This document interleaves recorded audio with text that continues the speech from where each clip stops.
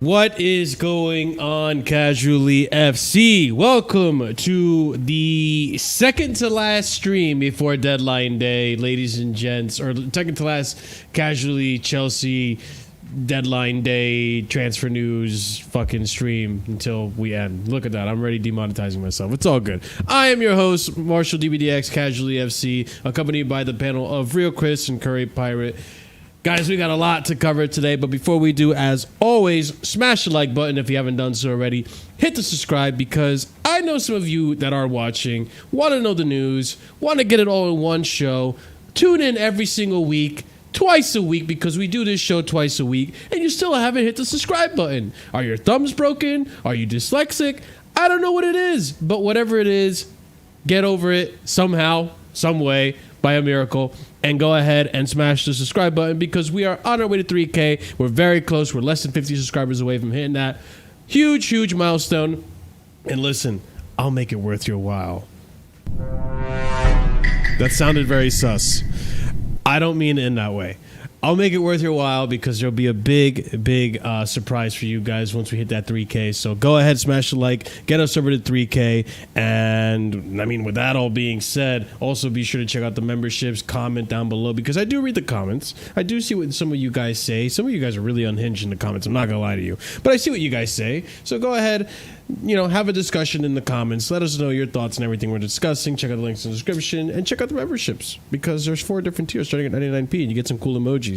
I'm going to start doing some membership goals because the more memberships we get, the more emojis we unlock. We get some fresh ones, update them up. I'm due for a emoji update. So check out all that fun stuff. All the cool things that come with memberships. But that being said, I've already rambled on for 2 minutes. Let's go ahead and get started with the first topic. And that's going to be discussing operations, ladies and gents. So Chelsea operations. There's a few little misconceptions about what's been going on at Chelsea and how things are being worked on. So this is a little bit of a segment to kind of clarify that, right? So let me just get this set up for you guys because I am a professional and I'm always prepared. Let's go ahead and start off with this first tweet that I have for you folks right here. And that's going to be from Martin Ziegler. Not Marty and Ziegler. Well, I already flopped that one. Anyways, let's get straight into it. Chelsea are facing a challenge to comply with UEFA's financial rules after the European governing body confirmed that it does not allow clubs to register income from selling assets to sister companies. I smell something really fishy about this. Like, it's not a reliable source. Because, I don't know about you guys, but if this was something that was a failure to comply or something that goes against the UEFA financial rules, then wouldn't that kind of disallow us from participating in a UEFA competition? Yet we already are currently in the midst of participating in one? I have no idea, to be honest. Like, I'm trying to think who's the source. Who said it? Martin Ziegler, who is chief sport reporter for The Times. I don't trust him. Yeah. Why? Because he's from The Times? No, because he's bold. All right. Our manager's bald, Newsflash. Chris. Our manager's bald, Chris. I can trust bold managers. Like, look at Pep, but not this guy. No, he's like partially bold, so he's kind of like the insecure in between. Like he doesn't know whether to keep it or just shave it the fuck off. At least Enzo's got conviction and said, "Hey, you know what? I'm gonna just shave it off." Like I trust someone that knows what he wants. This guy doesn't know what he wants, so fine. Maybe that's good. Reported by bigger reports that this was actually a big thing as well. Like he isn't that big. That's a good point, right? That's a good point. Yeah, like, I don't see on Sky Sports and all that would be all over it, wouldn't they? Surely, like even the bigger journal, Matt Law, if he says it, then you're in trouble. No, he knows Chris, shit. Don't worry. No, Chris, they will be over it. If we draw or lose to Crystal Palace, then the agendas will come back in, and then all of a sudden these reports. Yeah, but that's just... What is this Chelsea project? Based on reports by random man from Times. Yeah. I'm talking about actual things like this, though. Like, surely Matt Law will be all over this if it's true. And that's the other thing too, right? Because like the part that kind of baffles me a bit, and Curry, I'm sure you've noticed this too.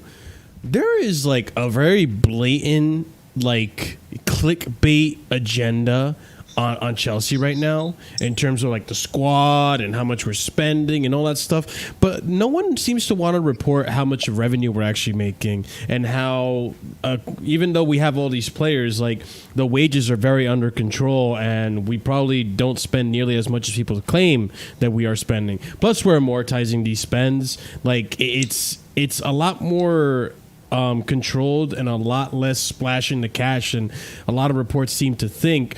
So, and plus, it seems like we're doing everything in a much more organized ways in terms of like the mentality of like, we're going to recruit a certain way. We're going to have things be under a certain budget. We're going to spend a certain amount. We're going to sell a certain amount as well so that we can spend a certain amount. Like, I don't know, Curry, does it seem that there's a clear agenda and, or am I just maybe, am I waffling a little too much? Well, you know, a clear example of that is what everyone has pointed to as the Jamie O'Hara nonsense, where 3 weeks ago, what is this Chelsea project? I'm scared that they might get relegated. I'm scared that they're going to finish 16th. Fucking a convincing win against Wolves. I think if they get Osimhen there, or even now, they're title contenders. You're fucking kidding me. It was one loss to Manchester City, and now a 6-2 win against Wolves, and now we're fucking title contenders. Okay, that is true. That is true. Fucking okay. Setting a really high bar, even though it's second game of the season against Wolves, who, not to be disrespectful, you know, they're not necessarily the best team in the league, but they're also not relegation fodder. You know what I mean? And it's not Wolves at their ground. Exactly. And it's not even that. I'm like, based on your logic, you dumbass. We played against a title contender in Man City, you dumb shit, and we lost 2-0, and you thought we were gonna get relegated because of that. So how are we title contenders against them if we lost 2-0 and we were gonna get relegated then? Like after one against Wolves, like please use your brain. Please use I know we're being clickbaity, but Jesus Christ, at least pretend longer than a day. So you're Jesus. Yeah. It's ridiculous. And this to me, I really don't think this is, there's no grounds for this stuff or what's the saying? I don't think there's any feet to this or whatever. I just don't think there's any hunter's groundsman to this. Like, I don't know what the fuck it is. Like, it's something. Wow. I don't know. I don't think this has any legs to stand on. That's the saying I was looking for. There you go. No feet to it. Okay, Marshall. Yeah, that's the Yeah. Hey, I was close. Feet emojis, guys. Put your feet emojis on. Please don't. No, you're gonna bring some kinky people in my chat, bro. I know. Please no.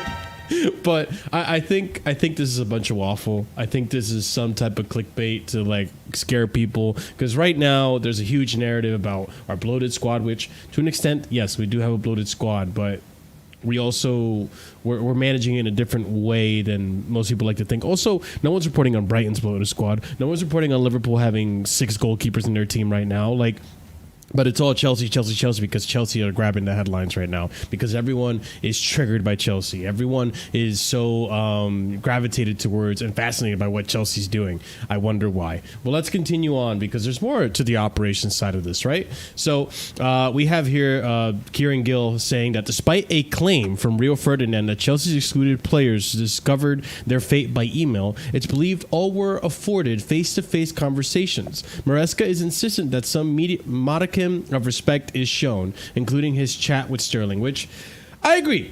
I agree. I think it should. These type of discussions should be in person. Like if I were to ever get fired or something like that or lose my job, I would feel that I would be a lot less pissed off, and I feel like you could at least afford me a little bit, be respectful to me or respect me enough to have this conversation in person. I know when I have lost jobs in the past, I was a little bit more appreciative that it was in person versus a fucking email that I feel like is just... Or text, like, you know what? It's like breaking up. You know what I mean? Like when you break up with someone, you would hate for it to be over a text message. You'd rather it be in person. I feel like it's never a good taste in your mouth when that happens over a text. You know, So I feel like this is sensible. I don't know if anyone else agrees. I think everyone probably does agree, but I mean, anything on this, guys?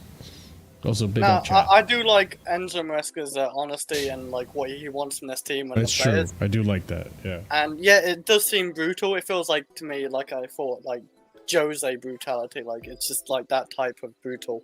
So yeah, I do like it's face to face. Like you see with Conte, what he did to Diego Costa. It was a text message, and he said, "You're no longer my plans." That kind of like just like actually messed up the team in general because Diego Costa was a big thing at Chelsea. So. That's pretty fucked up, yeah. Yeah, like I'd rather in person, like you said. So he did the right thing. You can't force Sterling in the team if he doesn't like him as a player. If he can't fit his style of play anyway. There's other players like Neto and Cuckoo, Cole Palmer, even Madueke, who's younger and looking a bit promising right now. I would say since he started using his right foot. So we got more players ahead of Sterling in talent wise and just younger. So it's nothing personal, really isn't. No, I get that. I mean, Curry, would you agree? This is probably the better way to go about it in person instead of just like a corporate email, like Google email or freaking Apple email. Yeah, agreed. Better than what Conte did with Diego Costa. Fucking idiot. Yeah, the guy who wins us the league 2 times. And this guy's like, you mean the guy who wins you the league the year before? Yeah, I'm just gonna send him a text. The peace out. That's insane. I want Alvaro Morata / Lukaku compared to a guy who won me the league last season and has won the league before. What an idiot!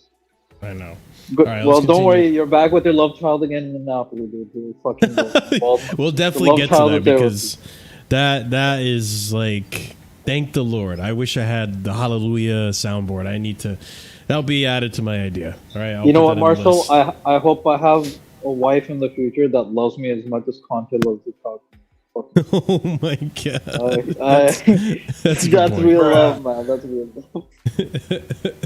love. Let's continue on. Skyport News here reported Gusto on what Maresca did at halftime to change the game versus Wolves. Obviously, this is the whole thing, but this is one of the things that was said. Is he said we don't have to play like child sometimes. We needed to be more focused, which I guess it kind of explains how the first half was very more basketball, less controlled, just very, very hectic. And the second half was a lot more tame, much more controlled, and so on and so forth. Let's continue on with some more quotes here from Maresca. Maresca sends warnings on his Chelsea players. If you think I'm going to give you a chance without working hard, forget about it. And this is obviously more of the quote, but like it elaborates more on that, which I think it's a great attitude to have it. And unlike a certain Frank Lampard, who I remember was a big advocate for this, but wasn't really standing on his own words for this one, whatever the words, he never backed himself with these words. It always was empty. This guy actually seems to be very, very honest about what he's saying, and he actually means it. Another thing he says is another thing said here by Simon Johnson Sport is one of the reasons why Enzo Maresca is being given plenty of options to choose from, including João Felix, is that Chelsea want a large squad to cope with what could be the longest fixture list in the club's history. And you know what? This being said, this is a big reminder that we do have the Club World Cup at the end of the season, which with that understanding of things, guys, one final thing I do want to add on here is Pedro Neto didn't train as Chelsea are managing his workload. No sign of Carney Chukwuemeka, Romeo Lavia, or Reece James in training today either. No Petrovic or Gusto as well. You know, that being said, large fixture list, large squad, managing minutes. Does this now make more sense to you as to why we have so many players, or do you guys still think we're overdoing it? I think it makes perfect sense because you've seen Chelsea's last 2 seasons with injuries. Like, we keep having injuries on a lot of players, and last season was a complete mess of injuries, so I understand that. Like, we need, like, and in all fairness, like, a lot of B players should just be playing the Conference League. No offense to the Conference League, our B players can deal with it until the final, maybe, if there's a tough opponent. I don't know what teams are in the Conference League, but it's just a bunch of like low division teams, let's say that. So yeah, like I like it like this way. I like how Enzo actually rotates his team. Like Pep Guardiola does that really well, and a lot of good managers do that really well. Like Jose did it really well, I thought. So yeah, I do prefer this way in general, because then we won't really see many injuries, hopefully, this way. Hopefully. Yeah. I can only pray. And that's the thing too, like knock on wood, as of right now, and Curry, maybe you can help me with this. As of right now, we technically don't have any injuries on the books. Like Reese isn't injured. He's already training again. Lavia isn't injured. His minutes are being managed. Netzo's not injured. This time last season, we lost Carney. Yeah. Did we lose Reese James? Does anyone remember? I think Reese is at this point now. We already lost. Did we lose Chilwell yet at this point, or was it the third game that we lost Chilwell? He's been lost to Shadow Realm a long time ago. Don't worry. Yeah, I think so. I think we lost him around now. We had lost Fofana. Yeah. Fofana too. We lost Fofana. Lavia's gone, I think. Lavia was gone by then because he joined, but he never played. No. Lavia didn't join yet because Caicedo No, he joined did. late. No. He joined around the same time we got Caicedo, which was around August 11th. I thought that too. Yeah, but that was the third game of the season. August 11th? Lavia and Caicedo joined by the third game of the season, because I remember Caicedo's debut was against West Ham, was it not? Let me look.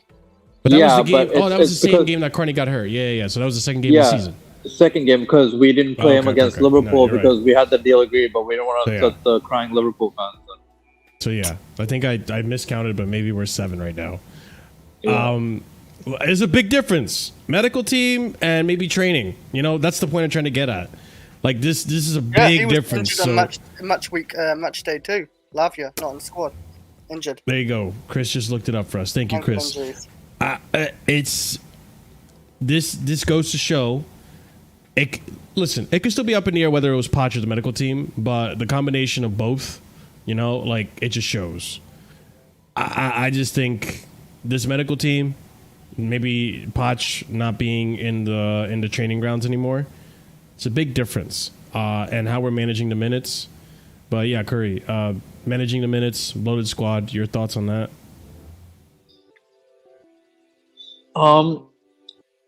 If Is we it a loaded squad?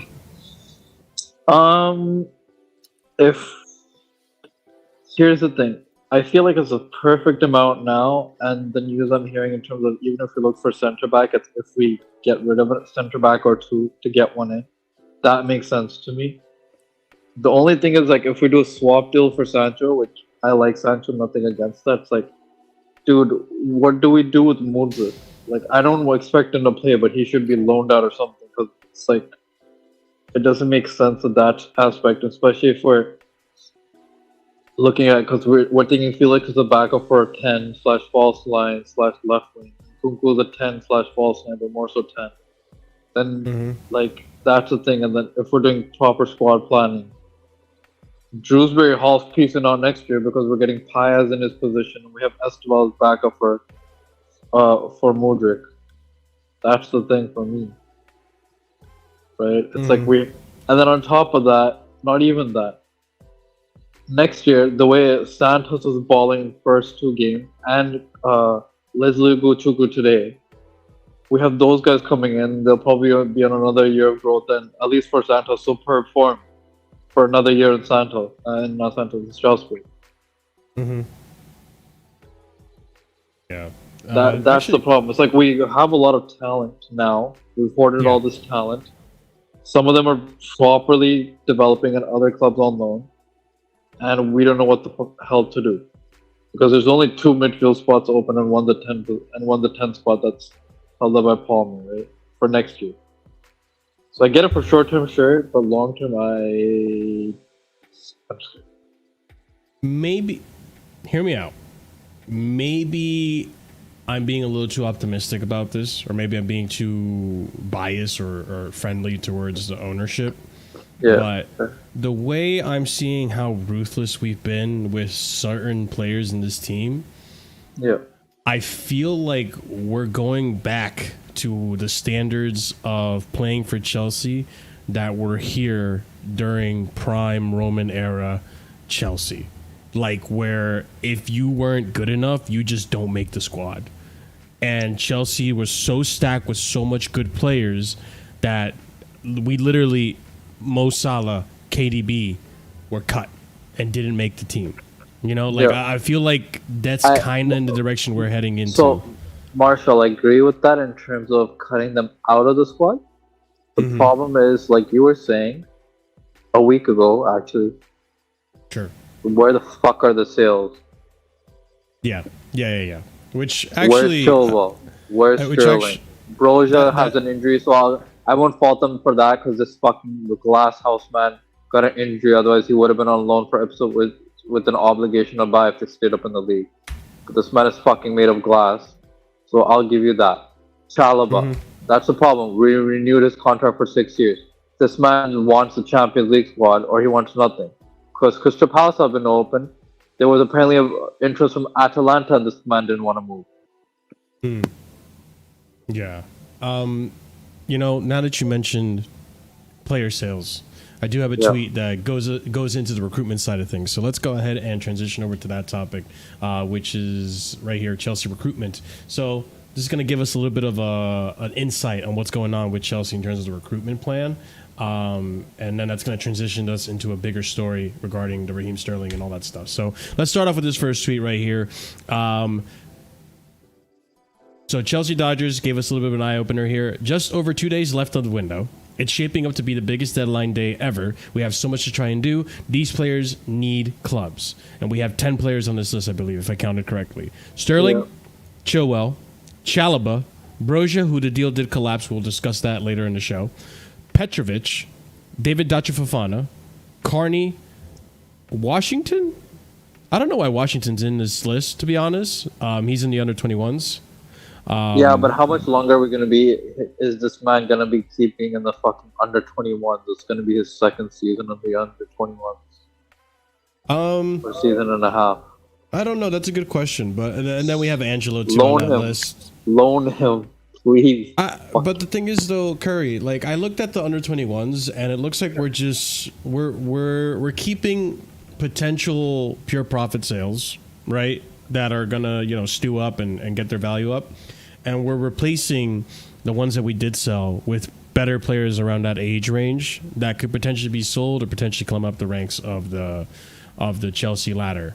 Maybe, but we have this kid named Shima Heka. Apparently, he's been balling out for the under-16s and the under-18s, and he's apparently good enough to step in for the under-21s. And if we have this Washington dude who we spent 20 mil on, not even getting a loan moves for fucking... I'm not even saying Prem. Do championship. F it. Just do champ. Get this man out. Get this man so we can flip him at least. He's like 20 now. Like that Fofana at least had a loan spell at Burnley that went well. Yeah. I think we just bought him to buy, I don't know, wear kits or something. He ain't getting any loans, is he? That I don't know. Who's DDF anyway? I was curious. David Fofana. Oh, come on. You don't listen. You really don't. No, listen. I didn't hear that part. I said it. It took me 5 whole minutes to say it because that's how long his name is, and you didn't hear a single word about what I said. But anyways, so this list, like, this is what I was going back and forth with Prime last week about. It's like, yeah, it's fine that they have a plan, but we have 48 hours left. Let's be realistic. Are they going to get rid of these 10 players in 48 hours? No. Like, we're not hearing anything about Petrovic lately. We're not hearing anything about David Fofana. In fact, I have a tweet about David Fofana later. We're not hearing really... Well, we heard a little bit about Carney. Not hearing anything about Angelo. Not hearing anything about Washington. The only ones that are really hearing stories about are... Sterling and Chile and Chalobah. No, Chile shut down. So Sterling, I would say Chalobah and Broja.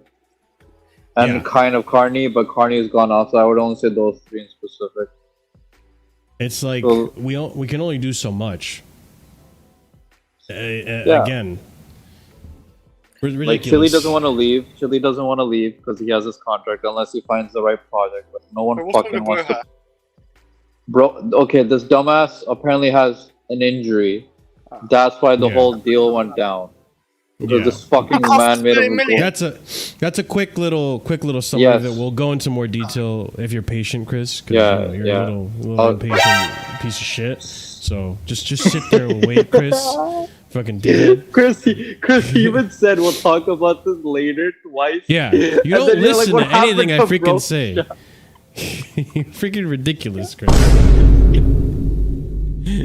What's So the point of anyways, segment? let's Chris. You know what, Chris? Maybe you should do this show. Your freaking ADHD scatter shotgun The show brain will last, like, mind. 30 minutes tops. Yeah, because you have Call the it attention span of a fucking baby goldfish, not an adult goldfish. You're just not. Oh my god! All right, Chris, let's continue. One of the reasons Chelsea signed Pedro Neto and João Felix is they suit the club's Swiss Army knife approach to recruitment, led by Joe Shields and their co-director of talent, Sam Jewell, their director of global recruitment. So, this idea of recruitment is giving more of an insight, right? The recruitment plan is also something that Joe Shields and this new guy, Sam Jewell, are on board and the direction they're going in. So that gives us a bit of more of an insight that like everyone is on the same page. We have Paul Winstanley, Lawrence Stewart doing the negotiations and also doing these type of recruitments. We have Sam Jewell and Joe Shields apparently doing these type of recruitments as well, and Maresca, who wants these types of players. So that gives a little bit more of an insight that, yeah, we're on the same page, which is great.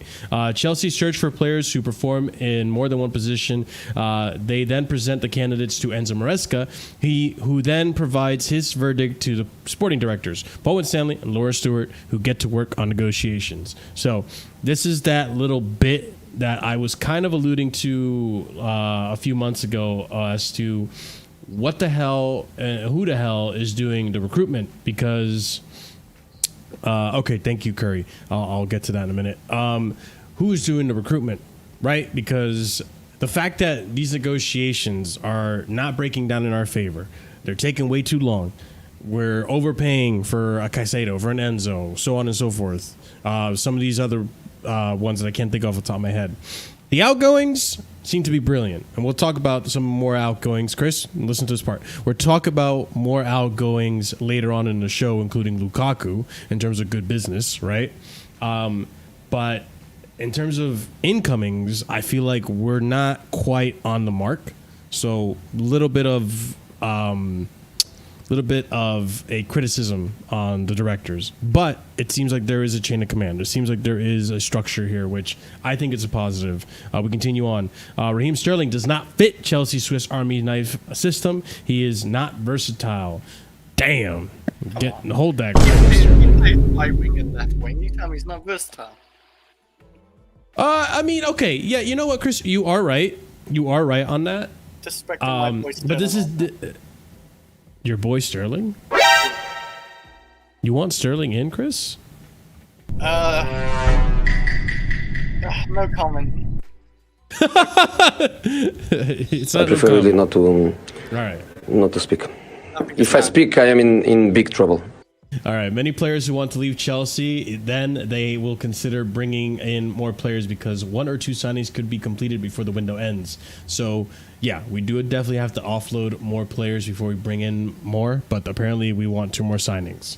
And then lastly here, Chelsea are aiming to part with up to 7 players ahead of Friday. Moving Sterling and other unwanted players out of Stamford Bridge ahead of Friday's transfer deadline could have a bearing on the club successfully signing a striker in the coming days. So, building off of what Chris said, I think it's a little obvious, and it needs to be a reminder. It needs to be a reminder, right? I think Chilwell, mostly Sterling, are signings that the club want to move out because they are not in line with that wage structure that has been set up since January 2022. Plus, Or 2023, I should say. Sorry. They're old as fuck. It's crazy. Yeah. So it makes sense on that narrative, right? I think Chilwell isn't versatile at all.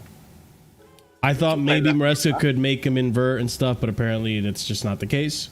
No, I think it's also motivated by the club wanting to get him off the wages because he's on high wages, and the fact that he's also a bum. All right. Sorry, Chihuahua, but it's just true. You've been so shit since like 3 years I just ago. think it's over the years of big injuries have just finished the player. He's nowhere near the player he used to be, because I won't forget like him under Tuchel, him under Leicester. He was a very good fullback, even going forward, like scoring, assisting, and defending. He was good, but it's just the injuries what just fucked him over, and it's just like I said, nothing personal, but yeah, you're on too much money and you're barely playing because you're not good enough no more. Sadly. Yeah, and I think with Sterling too. I think something that doesn't help Sterling is, someone said this before, right? And I thought it was a really good point, and it's something I've always said, is that it seemed, you know what? I think it was a Man City fan that said it, Big Steve, Steve on the Big Six. It seems like Sterling, no matter what club, actually no, it wasn't even Steve, it was Grizz. It seems like every club that Sterling has ever gone to, he's treated like a job, and he's never had that connection with fans, which is something I complained about with Sterling last season.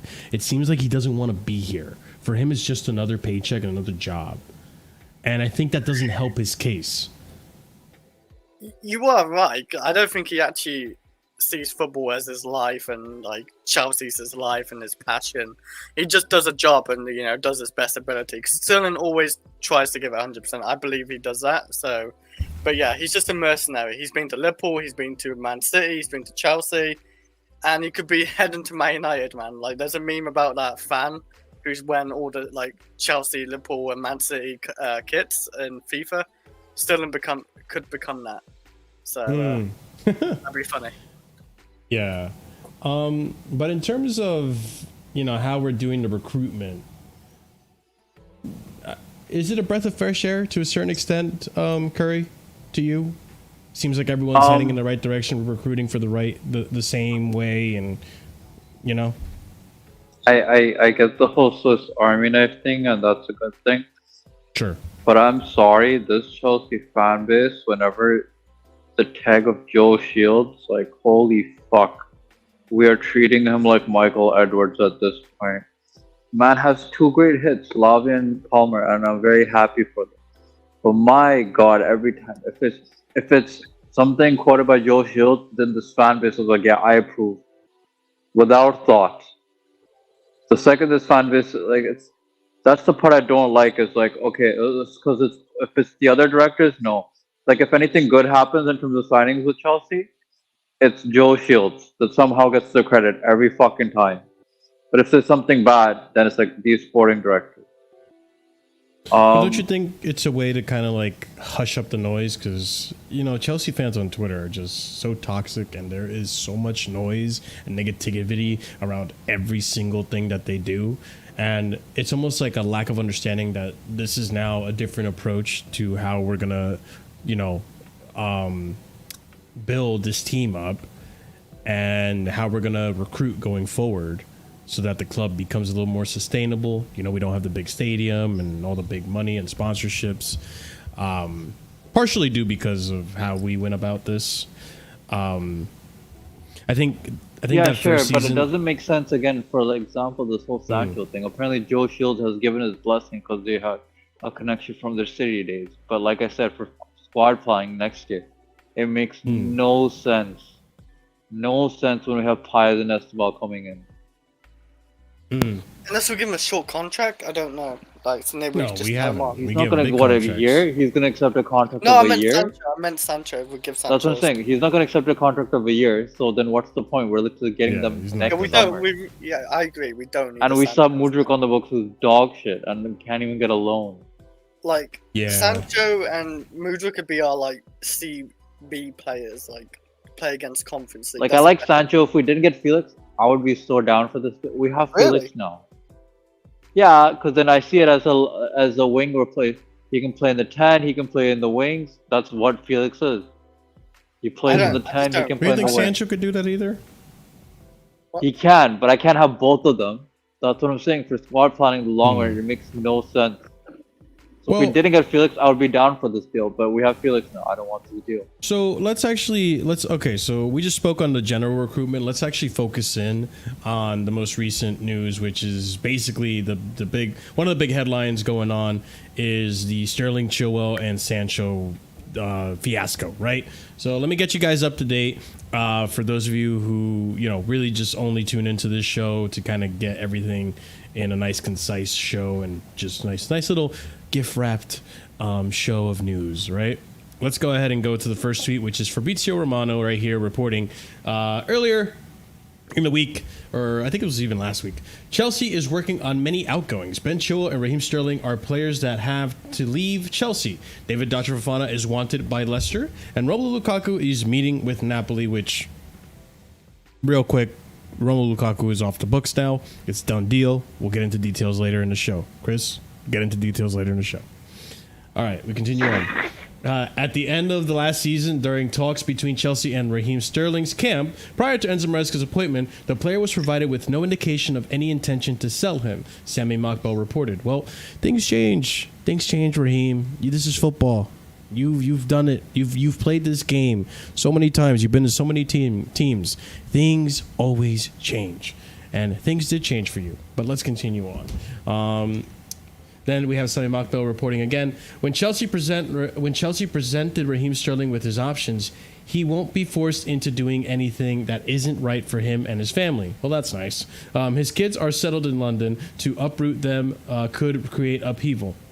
He'd do it for the right project, for a move that excites him, not because Chelsea tell him to, which I respect. I think that's totally fine. Obviously, these players are human. They're not just pawns in this, even though it seems like Clear Lake kind of treats them as so, which is a little fucked up. But hey, sometimes we need to be brutal. We literally can't force him out unless we just buy out his contract. Yeah. And also, we kind of did that with Roman, too. I'm not going to pretend like this is a Boli, Egbali exclusive thing.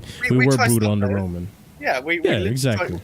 We moved on De Bruyne and like Salah and all these other players like you mentioned before. Yeah. So NBC Sport, not NBC Sport, but David Ornstein on NBC Sport reported here on the Sterling situation. There are talks between himself and the club over hierarchy, what to do. There are 3 years left to his contract. That is in excess of £325 a week, which is Jesus Christ. That's a lot of money he's on, dude. So what Chelsea owe him runs into the tens of millions of pounds. Insane stuff.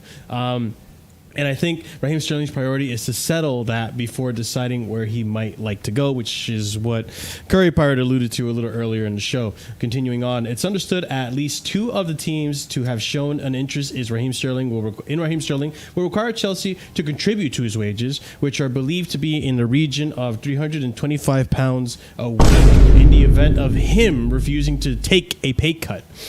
Continuing on, Aston Villa have opened talks to Chelsea about Raheem Sterling. Villa have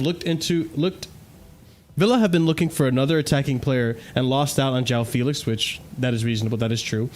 Chelsea and Sterling want to find a permanent solution, which is complicated by him having 3 years left on his contract, which is worth £325 a week. That's a lot of money, man. Anyways, Chelsea are working to identify potential destinations for Raheem Sterling. Clubs interested so far: Crystal Palace, Aston Villa, and Juventus. Go ahead, Chris. Did you need to say something? I'm just thinking there's no way in hell Crystal Palace get Sterling.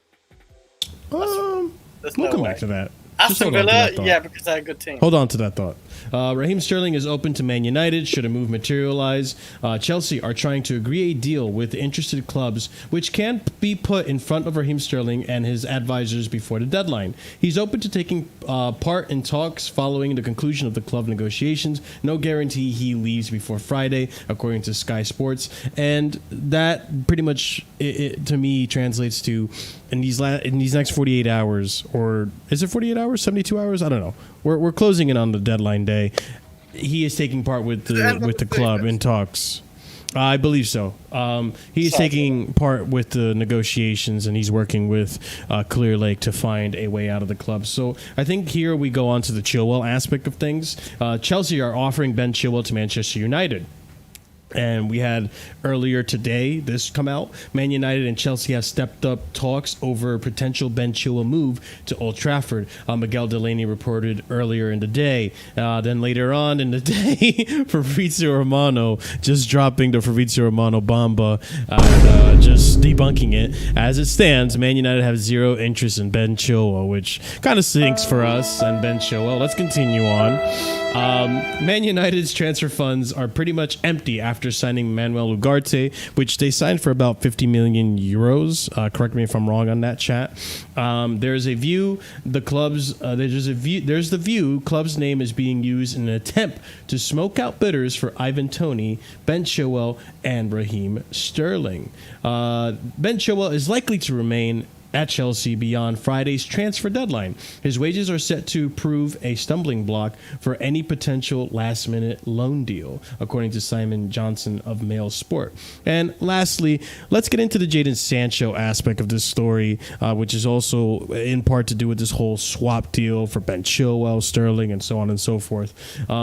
One more on the whole Chilwell thing. Man United have rejected the opportunity to move for Ben Chilwell, but Raheem Sterling still being discussed. And let's bring this into the Jadon Sancho aspect of things. So earlier in the week we had breaking. Chelsea are exploring a deal for Jadon Sancho, according to Sky Sports. Seth, It's thought that Chelsea's proposal for Jadon Sancho could include player going the other way. Man United prefer a permanent deal, but loan is not ruled out. We continue on. Chelsea are ready to make an attempt to bring Jadon Sancho to London. Sterling and Chilwell could potentially be involved, according to DiMarzio, which we already saw is now no longer a thing, for Ben Chilwell at least. So Chelsea are hoping that Man United might be interested in a swap deal involving Raheem Sterling and Jadon Sancho, according to The Telegraph. Chelsea are aware of the situation of Jadon Sancho. They will explore several options in the final days. Juventus are the team currently in negotiations, according to Fabrizio. From Sammy Mockbell here, Chelsea have an interest in Jadon Sancho per others, but plenty of obstacles to overcome before it can become a possibility. Big week ahead of Chelsea for incoming and plenty outgoings, which we already discussed as well. We continue on from Chris Wheeler of Daily Mail. So take it with a pinch of salt, guys. Chelsea are emerging as serious rivals to Juventus for Jadon Sancho. They want to offload a number of players this week before making another signing. A swap deal with United involving Raheem Sterling is seen as an unlikely but not out of the question. Okay, so don't take it with a pinch of salt. It's kind of the same thing that everyone else has been saying. We continue on. Man United and Chelsea are in talks over Jadon Sancho. David Ornstein pretty much confirming what was previously said.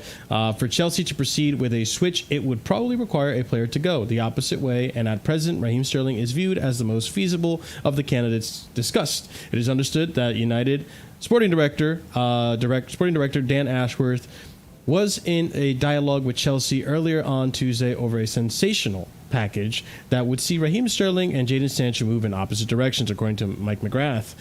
Then we have here more from Mike McGrath. Man United are determined to make Raheem Sterling's situation at Stamford Bridge work to their advantage by paying no outlay to land him. Paying no outlay to land him. What does that mean? Paying no outlay. That means they don't want to pay extra money, so it's like a direct swap deal, like Alexis Sanchez, Mkhitaryan from back in the day. Yeah. Okay. I see. Okay. That's kind of what I interpreted, but I kind of needed some assurance. Thank you, Curry Pirate. We continue on. A few more tweets, and then we'll get to discussing. Chelsea want to sign Jadon Sancho if Man United take one player. In the next few hours, we will know more about Jadon Sancho. And I think we have a few more. Chelsea are not in active negotiations for Jadon Sancho, but they know the situation. Let's see what they decide to go. They decide to do. One for the final hours. And how much more do I have here? I have two more. Okay. Chelsea are not keen on signing Jadon Sancho with big money, no players involved. They are not keen on doing this type of deal. If United want Raheem Sterling, then it's perfect. Sancho open to Juve and Chelsea. And then last but not least, Sam C reports here. No agreement has been reached with Man United and Juventus yet for Jadon Sancho, although they are considered front runners, which people were saying, oh, it's done, Juve, all this. No, it's not. It's not done yet. So we'll see what happens, but I read all that. There's the Chilwell looking like he's going to stay. Raheem Sterling, we're trying to negotiate a move for him. Crystal Palace, which Chris mentioned, was one of the clubs involved. Man United seems to be one of the favorites. And then Jadon Sancho, Juve favorites right now, but Chelsea seem to be a club of interest to him. Before we go to Chris on this stuff, big up Phineas 421 for the $1.99 super chat. Appreciate it, brother, for the support. Maresca moving with authority. Eggplant emoji. Eggplant emoji. Hey, yo. All right, that's fine. Chris, I did say a lot. I guess going on. I heard 25% of it. Yeah, I know you did. So going off of the Crystal Palace thing that you were saying, let's start with Raheem Sterling. What do you think of those options? Aston Villa, Crystal Palace, and United. With the, in all fairness, I would take Crystal Palace if he actually accepts Crystal Palace, but I just don't see Sterling accepting Crystal Palace unless they offer him a good wage, maybe, and he won't care really. He just do his job and just call it a day. But with the Sancho and Sterling, only way I want Sterling and Sancho to happen is, yeah, we do a straight swap or something, because let's face it, both clubs don't want their players. Chelsea don't want Sterling, United don't want Sancho. They're both on high wages, so just call it a swap and call it a day, I would say. You could say Sancho's worth more in value, but United's always made it clear they don't want it. The manager's made it clear he doesn't want him. What many clubs are going to really pay a lot for Sancho when they know Man United don't want him? They're not going to pay a lot for Sancho, so yeah, like, the only way I see Sterling going is, yeah, he goes to another club for like 20 million or so. I don't know how much Sterling's worth exactly, to be honest, because he's like 30, right? Mm-hmm. But Sancho, yeah. Is Sancho 30? No. What are you talking about? I was talking about Sterling. I was talking about 29. He's 29. Sancho's 24. The thing is, I don't really want Sancho because we already have way too many forwards who are better than him. Like, the only players who are not better than him, I would say, arguably, is Mudryk. I think that's about it. The last 2 to 3 seasons, Sancho ain't been on it as the player we know. Like, the player we saw from Dortmund from all those years ago. It feels like a long time ago, but he isn't that good. Hold on. Okay, I need to address this. And maybe Curry agrees or disagrees with me. Do you think Sancho's a good player? Wait. I'll let Marshall, then everyone says the same thing that Chris says, because they seem to forget that last season Jadon Sancho with Dortmund made it to a Champions League final. Thank you, Marshall. Yeah, thank you. Like, why do people keep forgetting? And he was the best. What's wrong with you guys? The best player against PSG. Oh, okay. Kai Havertz won a Champions League. Timo Werner won a Champions League. Chris. That's totally different, and you know that. No, Marshall. Let's not do this. No.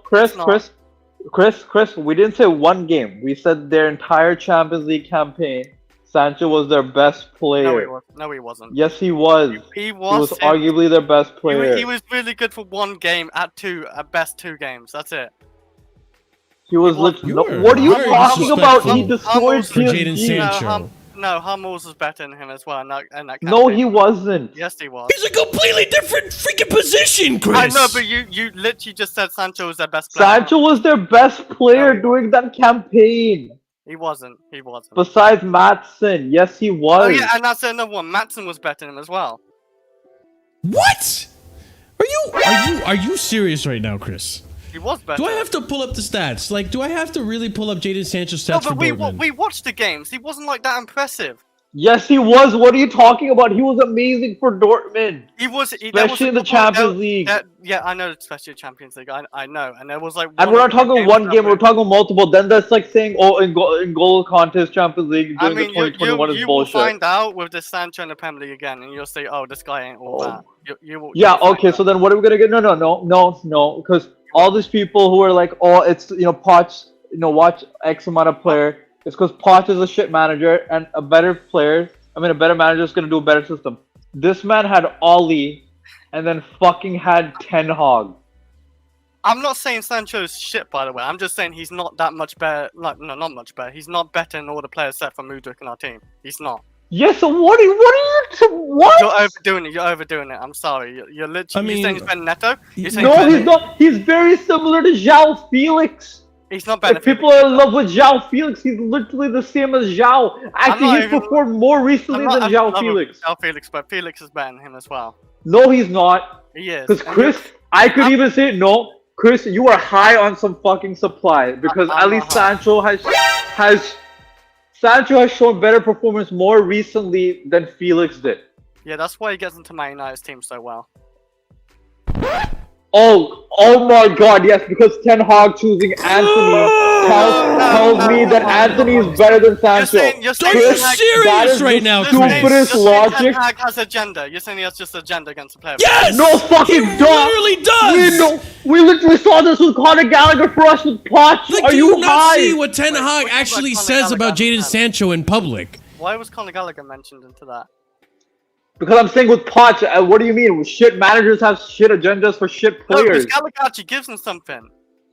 Oh my. We know what Poch likes, and that's why he used him. That's why he liked Gallagher. We know. Bro, hold on. If you had said someone like Pep doesn't use him and stuff like that, because whatever, then I would be like, okay, that's fine. When you're talking about Erik ten Hag, who is a horrible manager for Man United. Horrible. Why are you actually rating what he thinks of Jadon Sancho? And then, so if we're saying that, then what about Dortmund's best manager? What about Dortmund's manager? Dortmund had two different managers for the two different stints he was in. Yeah. But they chose him. They started him week in, week out. Chris, exactly. He started the 7 matches of the Champions League. I know he started. Why do you think he started? He's one of top players, yeah. Like, because they ain't got like amazing. Okay. You know what? We're making progress. You at least admit he's one of their top players. I just think he's. I don't think he's world You class. telling me he's better than less than João Felix? Yes. João Felix has worse GNA. João Felix had worse GNA, and if you're telling me that Barca squad was bad, Barcelona literally won the league the year before. Sorry? I'm saying João Felix had less GNA than Jadon Sancho for Dortmund, and João Felix was in Barcelona during this period, Well, okay, then I'm even saying big matches because João Felix didn't do shit. Unless it was 2 games against Atletico Madrid where he scored a goal, he did not do shit. But if you want to talk about GNA, Sancho doesn't get GNA right either. Like, let's face facts. I just proved to you who has more GNA. Then you're like, oh, it's not about the GNA. Then I tell you about performances that he's done better in champs, and then you're talking about GNA. Last season. Yes. He literally got like 2 goals in the Bundesliga or something, and like 1 goal in the Champions League. Sancho did not get 2 goals in the Bundesliga. Last season. Yes, last season. No, look, I guarantee you, he got like 2 max. He got 2 and like 2 assists or something. Well, who played more? You want to do this? Okay, no. Okay, wait, so we'll do this. I think he only played like. No. You said Jadon Sancho. You said Jadon Sancho, right? Yeah, Jadon Sancho. Yeah. Jadon. So wait, here's the thing. I feel like okay. There's two sides to this, right? Because I feel like I'm gonna try to understand why people think Jadon Sancho. I'm gonna play devil's advocate, all right? I know this is everyone's favorite word. With why people think Jadon Sancho stinks, right? I don't think it's because okay, that's it. Okay, I think he's a little better than okay, but I'll just put my perspective here, okay? I think people think this because they have this feeling that Jadon Sancho in the Premier League can't do it, which there could be merit to that. It could be true, right? But there's a little caveat to it. Because almost everyone that has gone to Manchester United has been on a decline. I even think that Kobe Mainoo, who is their best player right now, if he were to go to a different team, Bruno Fernandes, if he were to go to a different team, they would actually look better than how they look right now under Ten Hag. So that's a little caveat that I want to add on to that. So it's hard to say whether or not Sancho is actually a decent player for the Premier League because we haven't really seen him in a good team, really, to be honest. In Dortmund, he seemed to when he was in Dortmund. Can I add to that? Can I add to that? Go for it. With Ten Hag, we've seen in his 2 seasons. You know what he's good at? Defending. You know what he's fucking shit at? Attacking. Because the team has scored a grand total of 58 fucking goals in the past 2 seasons. What? And one time they got 3rd. Sancho's the one who's going to bring him goals? No, I'm saying he doesn't bring the Chris, you're so disingenuous with this. I'm saying this manager is shit Bro, I looked structurally at his for goals and attacking. assists. By the way, Anad, you're wrong. I looked at his goals and assists. You're wrong. Just to pull What? out there. Yeah, I saw it. It's 2 goals and 3 assists in the Bundesliga in 900 minutes. Yeah, Which well, is almost 1,000, I think. which is But 900 you said, 953 you guys minutes. act like you But hold watched on, him and all that. I do You need didn't to. play No, I no, do no, need to nine- say You something. played, no, what? I do need to add something to Felix this played conversation. 1,500 minutes, I- yeah, I- and I got do- 7 I- goals and 3 assists. So Okay, but hold So- on. I do need to add Yeah. something. I do need to add So wait, something wait, to this, we can right? do that. I can- João Felix, first of all, João Felix had a whole season with Barcelona, right? Thank you. And for the most part, João has Felix double the also minutes played on almost. that left. João Felix also played on that left wing for Barcelona, which is not his most effective position. he didn't play So- double the minutes, by the way. Okay, but my point Yes, is he that did. like, He played 1,500 and you just 1,500, said... 1,500. Yeah, Okay, almost so- double, no. This is No. five. Yeah, he said almost Five, double, 600 Chris. more. 500 total, 600 basically. more. It's 600 okay. more. Whatever. Okay, my point is almost that played he 1,000 didn't. He, minutes. shut up. Shut up. My Nah. point is that he wasn't playing on his best position. I think all of us can agree. I think Yeah, he's better João as Felix's 10 or best as a position. striker. Exactly right. So with Jadon Sancho, his best position is in that left wing. He can play the 10, but he can play that left wing a lot better than João Felix. I think that can't be disputed. I would agree on that, yes. Okay, then that's fine. I think On the wing, if he yeah. were to get a full season, right? Yeah. If Jadon Sancho was to get a full season at Dortmund, and we had João Felix full season at Barcelona at left wing where he wasn't used right, Jadon Sancho's going to have the better stats. I think overall they're about the same in terms of like talent, Yep. but I don't think That's one is what I'm better than saying. the other. Yeah. All I'm saying is they're the same. I'm not saying because if you look at this, João Felix was in a squad the year before who won the fucking league. He has 1,542 minutes, and Jadon Sancho has 953. So they're 600 minutes apart, and this man has 4 more GNA because they have the same amount of assists. I'm sorry, 5 more goals, but has like 600 more minutes. And a team that was first place the year before against Madrid. And this team in Dortmund placed in 3rd. And last season they were, I think, 2nd or 3rd as well. But they were first the year before. That's a cool story. Also, both options are better than Raheem Sterling. We can easily say that. Right? Yes, they are. Options are better than Raheem. Chris, is. I swear to Chris, I wait. swear to God, bro, speak, and If forever hold your you're peace. telling me his Sterling- six, if his Sterling- 6 goals and 6 assists, No, I'm just If you're saying, if gonna Sterling was on way less wages, I would be fine with Sterling over Sancho. No. But, and age-wise, I guess age. Uh. I know, honestly, I think age plays a big part. okay, no, Chris. You could say, I you don't could say, think no, Sterling's a bad wait. player either. I No, think you he's could a say big what player. less wages. Yeah, you could say less wages. If he was fucking earning 90K, I would be fine with it. But he's too bad. He's earning 325. If it's like So if he's 150 and he's a yeah, bit so younger, so I yeah, guess, so I'm sorry. Like I'm fine with I'm Sterling. sorry. Like also another player would be a good player if they had less wages too. But that's not happening, right? This man would have to drop like 250K from his fucking wages for me to think he's a decent player in Raheem Sterling. For his price tag. But I also no, guarantee, by the way, if we get Sancho, I guarantee you Felix will get more minutes than Sancho. I think the manager would prefer Felix, though, in this team. I don't know where Sancho would fit. I think he'd get rotation into like FA Cup games and a few Premier League games and stuff like that, but I think he'd get one of these minutes. I'll be honest with you. I don't know where the fuck Felix fits if we have an Osimhen or Tony, because the 9 position's gone. If you're talking the pen, Oh, he'd be rotation, yeah. No. Palmer's in the 10, and the backup is fucking Christopher Nkunku, who's better than him. We have Madueke, who's on fire, and Neto. And the man who actually plays winger positions all his fucking life, left or right mid, is Jadon Sancho. The time he got 17 goals and 17 assists in the Bundesliga when he was right mid for Holland. So this man's a better winger. So he would be playing, I think he would be playing more, because the 2 available positions that he would be backups for, he actually is not a natural there. Felix is not a natural winger, and he's not a. And if he's a 9, I'm sorry, he's not ahead of Jackson, or if it's a Tony or Osimhen, and he's not ahead of Palmer or Nkunku for a 10 position.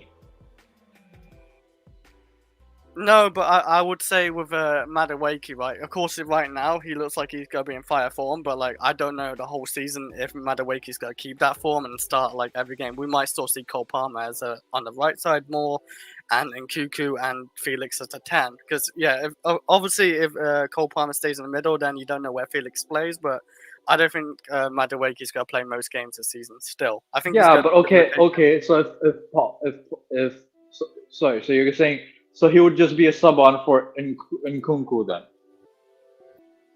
Yeah, and Nkunku and maybe. Okay, but then Chris, I could just give you another scenario. If Madueke is not on fire, I just put in Sancho, and then Palmer's still at the 10 because my best player is still playing the best position he's playing, which is the 10 for him. Wait, where'd you play Sancho? On the right left, mid, oh, where right. the right, because his best times in his career were also on the right. For Dortmund, he was playing right mid in terms of what the Holland seasons. It depends if he can do a better job on the right and Madueke as well. That's another thing. No, but Chris, I just proved your point wrong because you said if Madueke is not on fire, then I'm gonna put Palmer on the right. Probably play. Well, it's depending how the manager wants it because he can play Carl Palmer on the right and no Sancho, and then you can play Nkunku or Felix as a 10. I'd rather Felix as a 10 over Sancho on the wing, by the way. And then we can play Carl Palmer on the right. I'd rather have Palmer or Nkunku on the 10 than Felix on the 10. Yeah. I mean, I wouldn't. I agree. No, because like, because my God, Nkunku is also I could argue our second best player. It's just hard to get him in the team because he's not good in the wings, and the best player plays as a 10, and he's not good enough to be a 9. I'm not gonna count out Felix yet because he just came into the team, and he did score in his first game. He looked good, whatever. Actually, yeah. I'm not gonna discredit him, right? Also, wait a minute. Let me think. No, it doesn't matter. Anyways, so I'm not gonna discredit Felix right now, but I will say, outside of the goal, Felix did not look up to it. Like, let's be honest. Let's be honest real quick. Against Wolves, right? Let's be honest real quick. He didn't look up to it? No, he looked decent. No, his link up was good. No. His link up no, hold on. What are we talking about? I'm pretty sure. I'm pretty sure. If I really wanted to, someone out there probably put up a fail comp of João Felix, and a lot of it wasn't Wolves. No, because let me tell you, that's not fair. After the goal, this guy looked lazy on the ball. He gave away the ball a little lazily. It didn't look too promising. Now, I didn't put too much attention to it because he did come on and he did score and he had the decent link up with Neto. But if that continues, then I don't think he's going to be... well, first of all, I don't think he's going to be better starting over in Nkunku for sure. Like what DHL seems to think. What do you mean Nkunku hasn't showed you? Yeah, right here. I do not think Felix can play anywhere across the front DHL. Four. You know That's what the funny ridiculous. thing is? You know what the funny thing is? If we're on this Felix hype scoring in the first game. You know who also scored in his first game for us against Wolves last year when he came in December? Nkunku, because he was the only fucking goal that came in for us. Okay, you know who scored against Servette when we were shit? And Nkunku got us the penalty in the first place for the first goal. Then Madueke came in for the second goal. Yes. Okay. This man's also the man who's been top goal scorer more frequently in the Bundesliga and has won shit and has been a mainstay in the past 2 years. Only 2 years ago was he a baller, by the way. Only 2 years ago, he was a top goal scorer in the Bundesliga. You got to remember, it's all about form. And if Felix actually shows more form and Nkunku in this season, no, but manager will Chris, I'm not disagreeing with that. But if the DHL's being disingenuous, he hasn't shown me anything when he's the one who got us the penalty for Servette, and also just like Felix did, got us a goal in his first appearance. Then what are we talking about? But this is what I mean, right? Like with João Felix, I'm not gonna harp on it because it's his first game back. He still needs to get match fitness and train and stuff because he hasn't been training with Atletico. Let's be honest. He has not been training with Atletico. He's not fully fit. So he needs minutes. So that's why I'm not hampering too much on the lazy passing and just like the lack of effort there. He maybe just isn't fit, there wasn't right? many bad passes that we did that when he came on. I will rewatch the game with you if you want me to, and I'll point it out every single time. Hey, I would love that, man. Let's make it. Sure. Make a time Yeah. of day. We'll make it happen. But again, like this idea that, let's also not be blinded by Felix's aura. Okay, like these guys don't glaze Felix either, because I don't hate him, but he's also not the greatest player at Chelsea. I'll be 100% honest. He's nowhere near the level of Nkunku. Give it time. Let's see the season. But he is not better than Nkunku. Respect Nkunku. You're doing way too much. You're looking at the fucking hair that Felix has in the wind, and you want to pull on it because you have this weird kink. Like, let's just calm down on Felix. Let me tackle this. If you're talking about overall player quality too, this man is more proven. He has scored 16 goals in his fucking life. 20 goals and 15 assists in the season. You know what? João Felix has not broken double digits. João Felix scored against the demoralized Wolves. Like, what do you mean by this, DHL? Come on. Wait. You know what the funny thing is? Marshall, you know what the last time he scored double digits in a season? João Felix. Guess when it was. He's not. One, he's played for Atletico Madrid. No. I'm not harping on that too much. He also played for Barcelona. What, 20? I think it was what, 2018? Was it 2018? No, it was his last season in Benfica. 2018, right? Or 2019? 2020. Okay. That was 4 fucking years ago in the Portuguese league, and he scored 12 goals. Yeah. This man has not scored more than that since then, and if you're telling me João Felix is better than Nkunku, is the biggest waffle I've ever heard. I like because Nkunku scored 20 goals, got 15 assists in a season in 2021, 2022, and then in 2022, 2023. How are you guys in my chat waffling this? I thought American Waffle was yesterday. Marshall, on top of that, on 2022, 2023, he scored 16 goals and 6 assists, and he was injured half the season and still won top goal scorer in the Bundesliga. And he scored 16 goals. I with Felix though, you said don't look at his goals, of course but like I don't look at Felix's goals. I look at his creativity, and his passing ranges are quite good. On the ball, he's quite good. That's what I like about Felix in general. And okay, Felix. I will say Nkunku's a better player, but like I wouldn't say massively different. Like no, he is. I'm sorry, Chris. This man has also gotten 2 seasons ago. I would agree, Navy. Chris. He has gotten 15 assists in a fucking season. João Felix has not 15 assists in the league in a season with 20 goals. João Felix has never fucking broken double digits in assists in his life as a professional. You see what are we doing? Chris? Why are we overrating this man? I'm not even like, overrating him. I'm not saying we as in you, Chris. I'm saying this fucking comment section. It's insane. Just because of one appearance. I didn't know you guys actually glazed Felix. Because of one appearance. He is a liked man. He is a liked man. He's just like Jesus Christ, man! I making it sound like he's Real Madrid Kaká, where he just came off a Ballon d'Or season. We have to give him the benefit of the fucking doubt, just because he looks like Kaká's child. Like, and you guys are actually making me sound like an Nkunku glazer. Like, I don't even like Nkunku that much, but like. That's also respect. I like him. I'm not obsessed with him. I don't have like he's not my favorite player. You know what I'm saying? But like this idea that João Felix is better than Nkunku is absolutely ridiculous. Look at the stats. Look at the history of the player. And DHL, you know what the funny thing is? Oh my God, Nkunku was injured. Tell me something more. You know what, DHL? Even with that injured season, he scored 16 fucking goals in the league. João Felix could only fucking have wet dreams about that. Insane. This man is injured for half a season. You're overrating João Felix.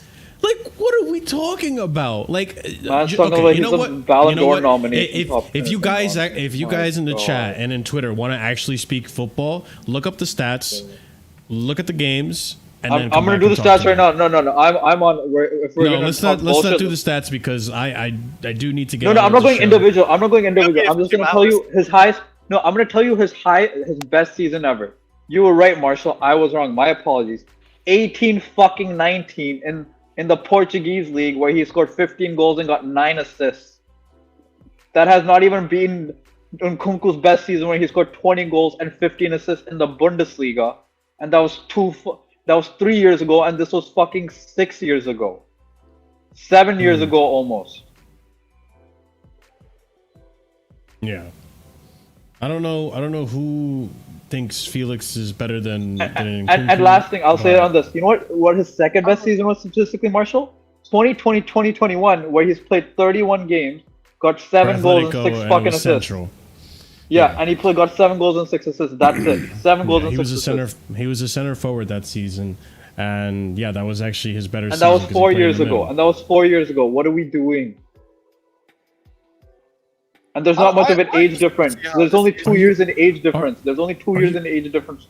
Why are we making him sound like the next coming? Are you really trying to compare Nkunku to Timo Werner because they were in the same league and they can score a bunch of goals? Yeah, so then we're not going to count Aubameyang. We're not going to count Heung-min Son. We're not going to count fucking Erling Haaland. It's ridiculous.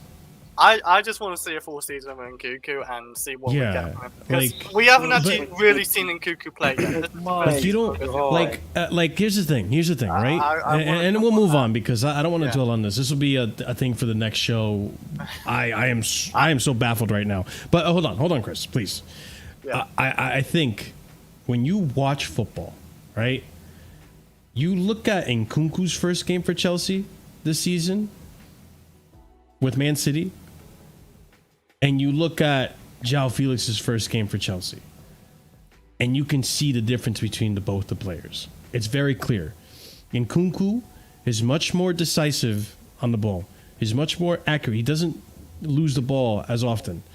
Maybe I'm being overcritical on João Felix because of the first game, but like you can tell there's a notable difference of how much more better technically on the ball that Nkunku is over João Felix. Yes, Nkunku may not have the goal in the Premier League over João Felix.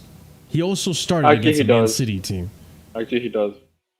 Because João Felix had a season-long loan with us, and Nkunku has the same GNA as Felix was There's loan. many games. There you go. There you go. You know, if we're looking at just the Premier League stats, then there you go. But Nkunku was out for a long time. No, I apologize. You know what? I apologize. I was wrong. João Felix played 16 games for us and got 4 goals. And Nkunku in the league... No, and Nkunku played 11 games for us. No, I'm being sarcastic. No, I'm being sarcastic about this. No. Marshall, let me tell you the stats. Let me tell you the stats. Quick. João Felix... DHL. Let me just address this real quick. Oh, sorry, DHL, you say you're not a stat guy. But you're telling me what has Nkunku done for the team? And you're touting the whole João Felix scored for us and stuff. Like, where are you, Bernard, where are you getting your bias from? Marshall, you know what the funny thing is? It's going to be disingenuous. You can say that you Darwin like Nunes, flair players. Darwin Sure. Nunes for Liga NOS. You can say you like flair players and you like a João Felix over an Nkunku. That's fine. But to say flat out that Nkunku isn't as good as a player as João Felix, it's just a straight lie. It's just a straight lie. But we will see. We will see. Go ahead, Curry Pirate. Tell me your stats, and then. So no, last thing. I'll say the stats, and also on top of this. Thank you. Auto mention. Thank you. That's true. Yeah, and to mention this, if we're gonna be this disingenuous, if we're saying Werner, I'm saying Darwin fucking Nunes. Thank you. And in terms of stats, João Felix for us played 16 games, which was 942 minutes, had 4 goals, 0 assists. Nkunku played 11 games for us. 439 minutes, aka 500 less minutes, scored 3 goals for us. In 500 less minutes, scored 1 less goal than João Felix when he had 500 less minutes. No, DHL, I get it. It's all opinion based at the end of the day, but to flat out come out and say Felix is a better, it's just that's just you're on the wrong side of this opinion. Like that's very disingenuous. I just think you like Felix more than Nkunku, but to say that Felix is better than Nkunku, I don't think that's very much of an opinion. That's just not factually correct. You can say, like, when you're saying one player is better than the other, you have to look at the stats. Like, it's like saying, maybe you could say right now Felix is better than Nkunku. Maybe you could say that. That's debatable. But to say as a broad statement, I think that's ridiculous because that's like saying Jackson is better than Ronaldo. What are we talking about? Ronaldo is a much better player because in his career, he's done so much more than fucking Jackson. I know that's an extreme example, but I mean, I get it. The way you judge it for this season, you just gotta see the first 5, 6, 7 games and see how Nkunku plays and how Felix plays, and see who's the better fit for Chelsea's or Enzo Maresca's system. I just want to wait for see who's better for the system. Realistically, that's about it. And I do like both players. Dark loves Felix though. He's a Felix-sexual. And I know, Yeah, I know you are. Saying surrounded by shit players, but my man hit the crossbar 5 times. He hit the crossbar more than he got goals for Chelsea. Come on now, let's be serious. I still liked him when he was first signed at Chelsea though, on the ball and stuff, like not just goals and assists. I know it's an extreme example, DHL, but I'm just trying to say he did say it's extreme. It's a weird thing to say in my opinion, but let's just move on. All right, because we do have a lot to go over, and we spent a good amount of time on this. That was like a Mason Mount debate again. Yeah, seriously. But I mean, it started off the Jadon Sancho thing. We went off on Nkunku, but yeah, Jadon Sancho. I don't really want him on the team. I think it's surplus to requirements, but at the same time, if it means we get Sterling off the books and Chilwell, I'm all for it. Chilwell, I think we're just gonna have to hold that. He's not that good of a player. I think it's going to suck. We're going to have to try again in January. I think you guys would agree. Would you guys take Jadon Sancho just to get rid of Raheem Sterling or Chilwell? I said for that reason, to get rid of the players, because of the wages they're on, they don't offer much Chelsea. I would do it for that. I wouldn't actually want to spend money on Sancho unless we're selling Sterling or something. I don't want that. Yeah. I'm saying no, because based on reports, it's unless Sterling fully agrees to basically rip up his contract, we owe him $50 million worth of salary. So if we have to pay that anyways, in a sense, because we have to pay his 3 years left in his contract, I don't want a Jadon Sancho on top of that. Of course. Wait, but if we sell him though, the wages, we don't have to pay it, do we? No, apparently, yeah, but apparently he wants his money. So it's either we have to find a creative ground with Sterling, with Sterling in terms of either we have to pay his wages out, or we just loan him and pay half the wages or something like that, right? But that's what I'm saying. So it's like, it's up to him. Like, if he's willing to take the pay cut with us, we have to negotiate with him before we even loan him or decide to sell him. So I don't want Jadon Sancho's wages on top of that. Like I said, Marshall, because we're literally getting Esteval and Paez there, and they are balling. If we do get Sancho, I want it like on 150k, like max. Like, I swear Sancho can play left wing. I swear Jadon Sancho's made his career off the left wing. No. Wait, he's more comfortable on the right though. But he's better on the right. He's played both sides. But his best career, times in his career, have been on the right. And Dortmund have played him on the right during the Champions League games. But in the league, he also played a bit on the left. Yeah, but Yash, he's not good anymore. He hasn't been good since that season. You can't just hold on to history and nostalgia and be like, yeah, we're going to keep you because you used to be good. It doesn't work that way. Yeah, that's like Mount having a great season from the same 4 years ago. It doesn't work that way. João Felix was good. João Felix was good 4 years ago, and Mount was good 4 years ago. It doesn't mean anything. Like, no one comes into this team and plays because they used to be good. No one goes to Man City because they used to be good. They have to be good now. So Chilwell sucks. He has to go. I'm sorry. Like, I hate to see it too, because I used to think Chilwell was, at one point, I thought Chilwell was the best left back in the Premier League. Under Tuchel, at one point, I genuinely thought, and this was debatable, was the best left back in the Premier League. He has not shown those levels since. And if you're not going to show those levels, there's no use for you in this team. Go, move, leave. We need to be better. We need to raise the standard, and we need to be brutal like we are right now. I like in the direction where we're going. We're only bringing the best players. And if you're good and you're not good enough, so be it. Tough luck. You don't make it to Chelsea. Only the best could be at Chelsea. And I want to go back to that. Chile is not the best. Chilwell is not better than Renato Vega. Chilwell is not better than Cucurella. Chilwell wasn't better than Cowell, but we had a clown. Not Cowell, I'm sorry. Chilwell was not... Actually... you know what? Chilwell wasn't better than Colwell last year at left back. I'd rather Colwell. Colwell was better. Yeah. That's how bad Chilwell was. So we're not going to hold on to Chilwell because he used to be good. Come on. And he's injury prone. And he's injury prone on top of that. Like, this guy's got to go. This guy's got to good. Like, who was that player that Conte was really good with at wingback, and we had him on the books for forever? Zappacosta used to be good. Then he went to shit. There's a reason he didn't play at Chelsea anymore, because he was shit. but he had a good season under Conte. But he's shit. So, like, what are we doing here? Like, I know people forget about it, but people forget about it because Emerson was good for us and then is continuing to be good for West Ham. Props to him. he was exactly. He was so bad, Poch tried him at left wing. And Poch, just freaking idiot, made him vice captain. Poch found out after a few weeks. Yeah. So, like, I feel bad for Chilwell, but you know what? That's the sport. That's the sport. I mean, he's had a good career. DHL, fuck you. Let's go. Let's move on, please. Let's move on. Please, let's move on, okay? We're going on to the next topic because we're lingering. I wanted to move on 25 minutes ago, okay? Let's go and move on. Jesus Christ. Well, it's rare you see me disagree strongly with your opinion, so it's going to last.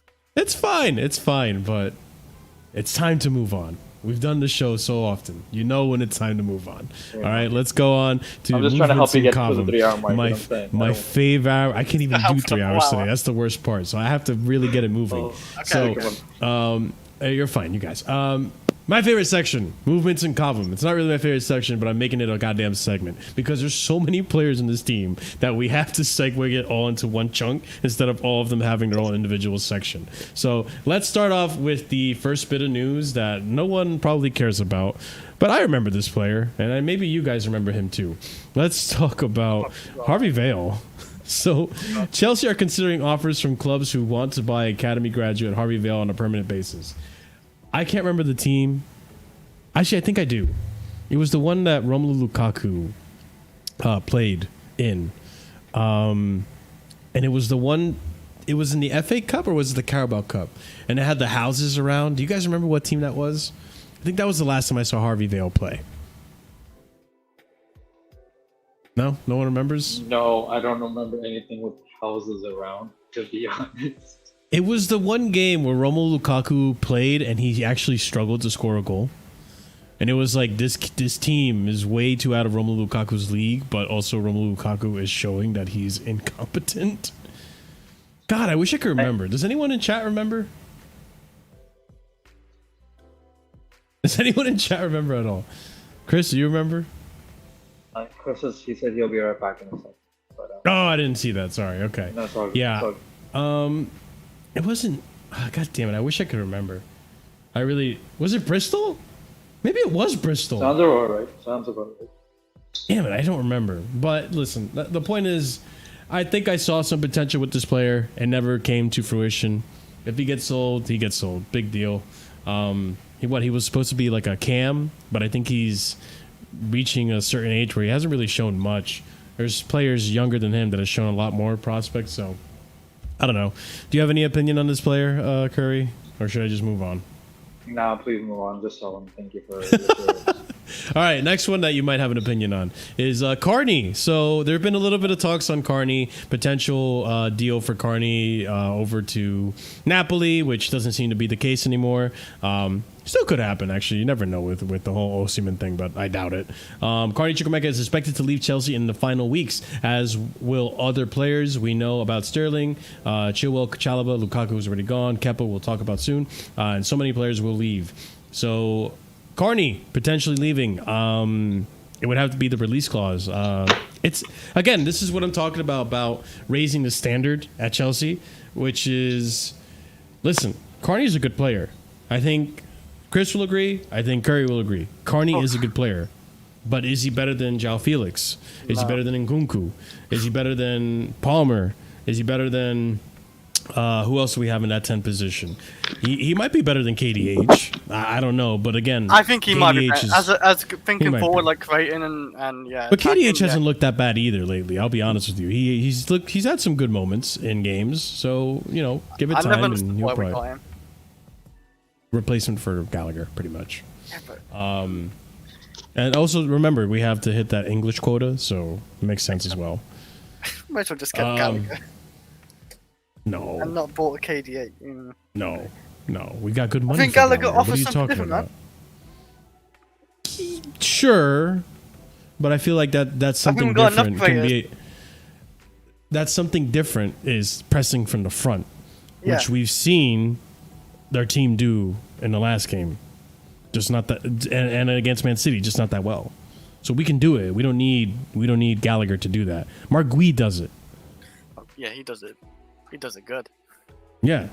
It's a shame he doesn't do the shooting so good there. Hey, yo! Yeah, that's true. He's 18. He's 18. I like Give the him kid. time. I like the kid. I like his The way ambition. you said that was. Yeah.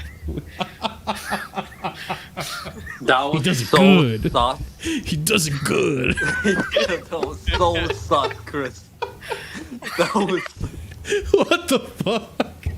Oh man. Okay. Well, I mean, with Carney, what are we feeling bad about the move, or I mean, are we all in favor of maybe he should leave? What are we thinking on I think Carney? he should leave. There's no room at Chelsea, to be honest. Would you be upset if he left? No, because we've made a lot of important signings in that attack where Carney is. I don't think Carney's bad, but I don't think Carney's at the level of experience and of like Nkuku, Neto, Felix, Cole Palmer, even Madueke's more experienced than him. He's just not got the experience, and we need to start like using more experienced players in our starting lineup. And just Carney Chukwuemeka, he needs game time, and he's not gonna get at Chelsea. Let's be honest about one. Yeah, that's true. He is in the team for tomorrow's game, or in That's the good. roster, right? So Yeah, maybe gets he. minutes. So he hasn't been like iced Yeah, out like Sterling. So there might be a chance that he stays, and we do use him. Yeah, But for the Carabao Cup games and stuff like that. Maybe. Carabao Cup and stuff like that, which is coming up. Which, speaking of Borough, that's a team that we were You should given play that one. for the Carabao Cup. If he's still here. Who? Carney, he should play against them. Oh, yeah. things like that. We'll see. We'll see what happens with Carney. But if he goes, he goes. If he stays, then I feel indifferent, right? I like him as a player. I would like to see what he turns into because I think he's awesome as a 10. But we also have really good players in that 10 position that could do a job as well. So he wouldn't be missed. But at the same time, we don't know if he's going to stay fit. There's a lot of questions over Carney, right? Again, that's So last season. yeah, he did. So yeah, let's continue on. Next player on this list is El Etifak. Oh, I forgot about this. Harvey Vale. Sorry. El Etifak are close to an agreement with Chelsea over the signing of Harvey Vale. Up to the player if he wants to move to Saudi Arabia. That's kind of crazy that Harvey Vale got to Get your money, man. Get your money. Yo, that's crazy. I mean, if you want to go there, then go there, man. I think that's get your money. At you that get game age to get your time. money, it's crazy. He's not. He's And you'll be a nothing like- standout. he's not a big player, so going to Saudi for Yeah. a couple of years and maybe going back to Europe if he wants. Like that's. Maybe. I'm just saying, if he works out there, if he does well there, people Chris, might you want to read this one? Why? All right. Yeah. Go ahead. Oh, completed a season-long loan move to Shrewsbury Town. Interesting. Yeah, Leo Castledine. Which Yeah. again, he's another name that I remember slightly. I forget what game he played in. But he did play for the first team for. No, he was on the bench for Poch, wasn't he? I think so. I think he was on the bench a few times for Poch, and then he made a little cameo in a did he? cup. I think so. I It's not a don't big deal recognize his though. face. Yeah, I don't recognize his face either. I just recognize the name Castledine. So maybe people in the chat can remind me. You're not getting mixed up with Cassidy, are you? No, not Castledine. I know Castledine. Yeah, White Castledine.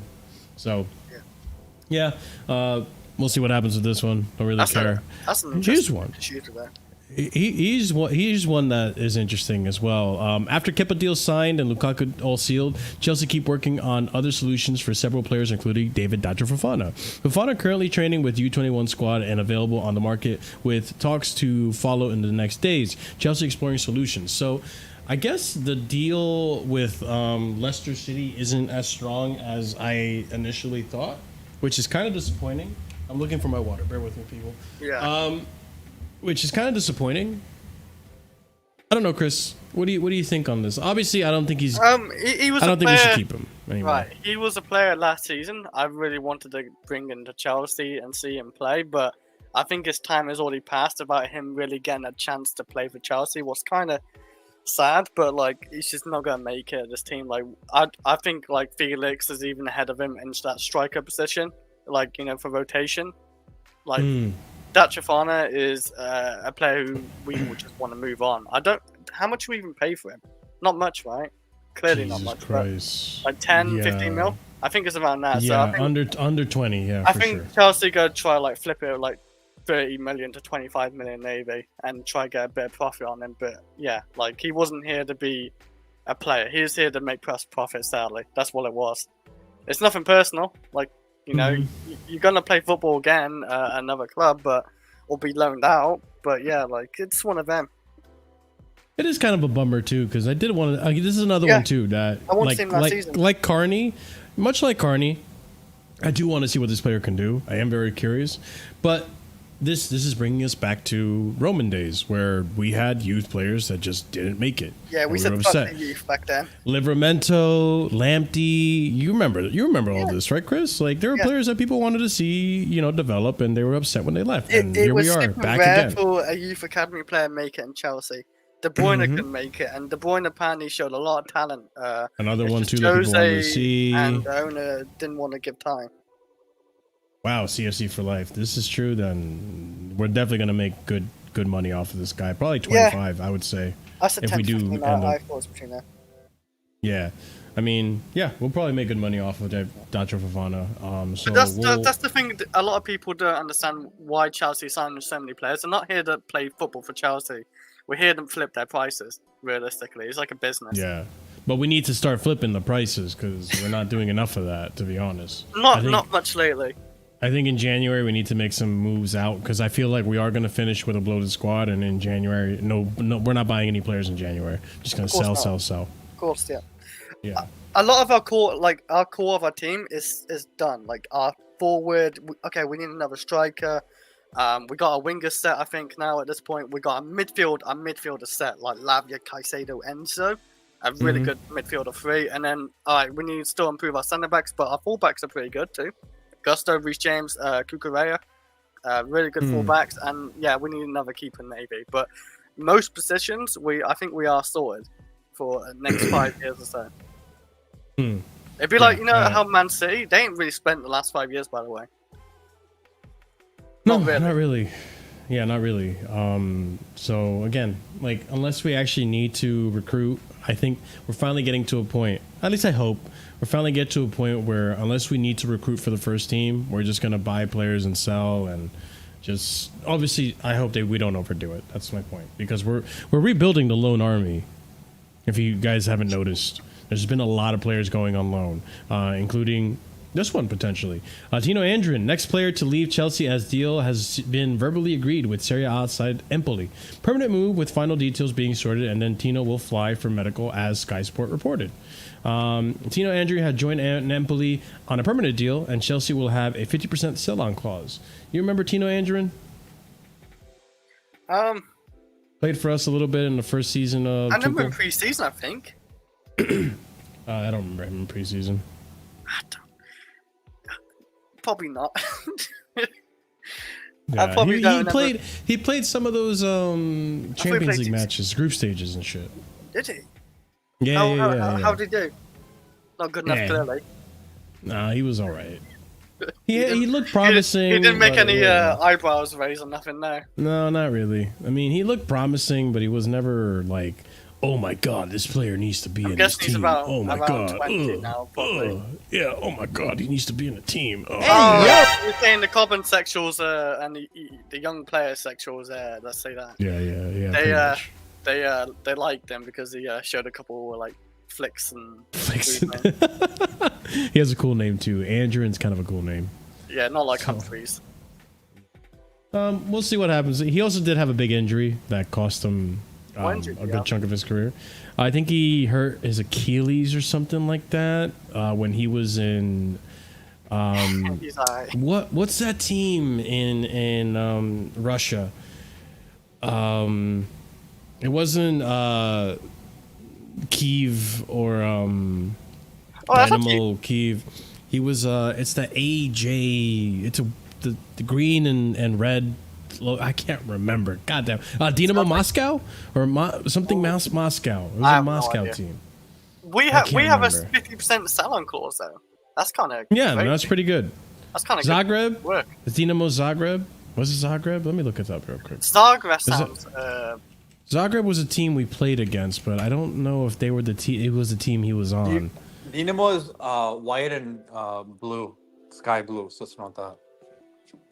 What team did he go on loan for? Do you remember, Curry? He went somewhere. I don't. You know what? remember, I'm just so- gonna look up Russian. Oh no. Because I'm really curious. Russian football teams. Jesus Or Christ. Marcel, instead of shit. doing all that effort, just go on Lokomotiv Moscow. Yes. That's the team. Yeah, he went on loan for Lokomotiv Moscow for a little bit. I wonder how Got much hurt he his does, Achilles, I believe, or something like that. He got a big injury. He got recalled back to Chelsea to, rehab the injury, and then he just never really. He was. A lot of these players we bring in are not going to make it. They're just not. Yeah. They just go come here, they come on loan, or if they prove they're good enough, they will play. But a lot of them we don't have time for. We just don't. We have all these other Exactly. players like our main guys now. It's the harsh reality of it.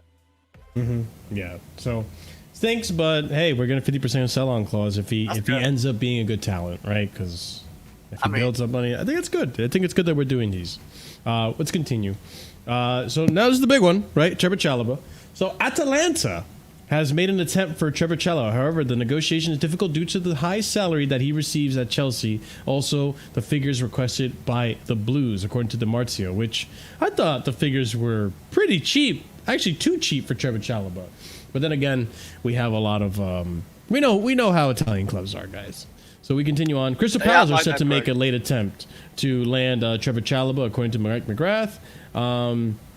And then we have another one here. Trevor Chalobah has impressed many within Chelsea with how he's handled everything that has been thrown at him. Chelsea could listen to offers for Axel Disasi instead, according to I am Raman Osman. Take Disasi Which, okay, tell me why. I think with the Enzo Maresca system, if we keep Enzo Maresca right, and hopefully we do, I think Chalobah has more pace in him, of course. I think that's an obvious. I think with the Sure. high depth and press, I think Chalobah will deal with. I think on the ball, I think Chalobah's better. He's more mobile, and Disasi, I think. Defensively, okay, you could say Disasi's more better defensively, as a, he's a big guy and stuff like that. But I honestly think Chalobah would suit Enzo Maresca's system over Disasi would. I really do, but I probably agree with that last part. Because now that I'm seeing Enzo Maresca's system and how it works with the inverting and all that stuff, I could see Chalobah actually being decent at that, because Chalobah does have passing ability. But this is something that seems to be overlooked a lot, and Chris is doing it right now. Prior to us getting Axel Disasi, when he was at Monaco, he actually had really good passing stats. He was like a Thiago Silva kind of passer. Kind of like what we saw with Levi Colwell. And now we're fine. But that's what I mean. Now we're finally seeing Levi Colwell do that stuff that we saw at Brighton with the passing and all that. Yeah. What if Axel Disasi can do the same thing? I mean, it's fair to give him a chance, but Chalobah's not given a chance under the system either, to be honest. So That's true. And I 100% agree with that. But how about this? I'll throw this out there for you guys. What if we actually get a bid for Badiashile and he goes? he's Instead. looking a bit, it's quite sad though, because we all rated him that first season, and we all loved how much of a bargain he was. But Let's have it right. I think Poch killed him mentally. You think Fudge killed him? Yeah. I don't know what happened. I think he Who's just, echoing? yeah, Is yeah. that? Dark, Okay. not dark. Sorry, there you go. Curry Pirate was echoing. I don't know why I said Sorry, dark. Curry. I just had a. Yeah, go ahead, Chris. Sorry. Threw me off. I'm a little bit thrown off right now, but what? I don't. Yeah, we're talking about potentially what's his face, Badiashile going. Oh, but yeah, I just think Poch is broken, man. Ever since then, even right now, he doesn't look the greatest. He really doesn't. I think part of me saying just keep him for the season and see what he can do, because if we can come back to his first season at Chelsea, we got a golden centre back, I think. But I don't know. I don't know if he fits Enzo Maresca's system or Poch just broken. He just, I don't know, killed him mentally. Maybe. But I mean, he was decent under Poch, but he also came on in the last few weeks where we were actually He doing had a decent couple in good general. games, but he had a lot of bad games under Poch on the ball. He looked slow. He just I don't know what happened, but I think realistically, it's just if the manager wants to like say, okay, I want to keep this guy instead of that guy, then do that because the manager needs to tell like the club which centre backs he wants to keep over. Which, by the way, he don't want. For a head coach, it seems like they're listening to a lot of what Maresca's saying in terms of what players he doesn't want and wants. Yeah. But then again, I need to remind myself, we're talking about a head coach, and the one who's really pulling the strings should be logically Clear Lake. So maybe these are all Clear Lake agendas and all that shit. And yeah, so could be that too, you know. But let's continue on because I agree. I think I wouldn't mind. I right now in my eyes, in my head, I feel like Badiashile is the weakest link. And it sucks because Badiashile used to look so good.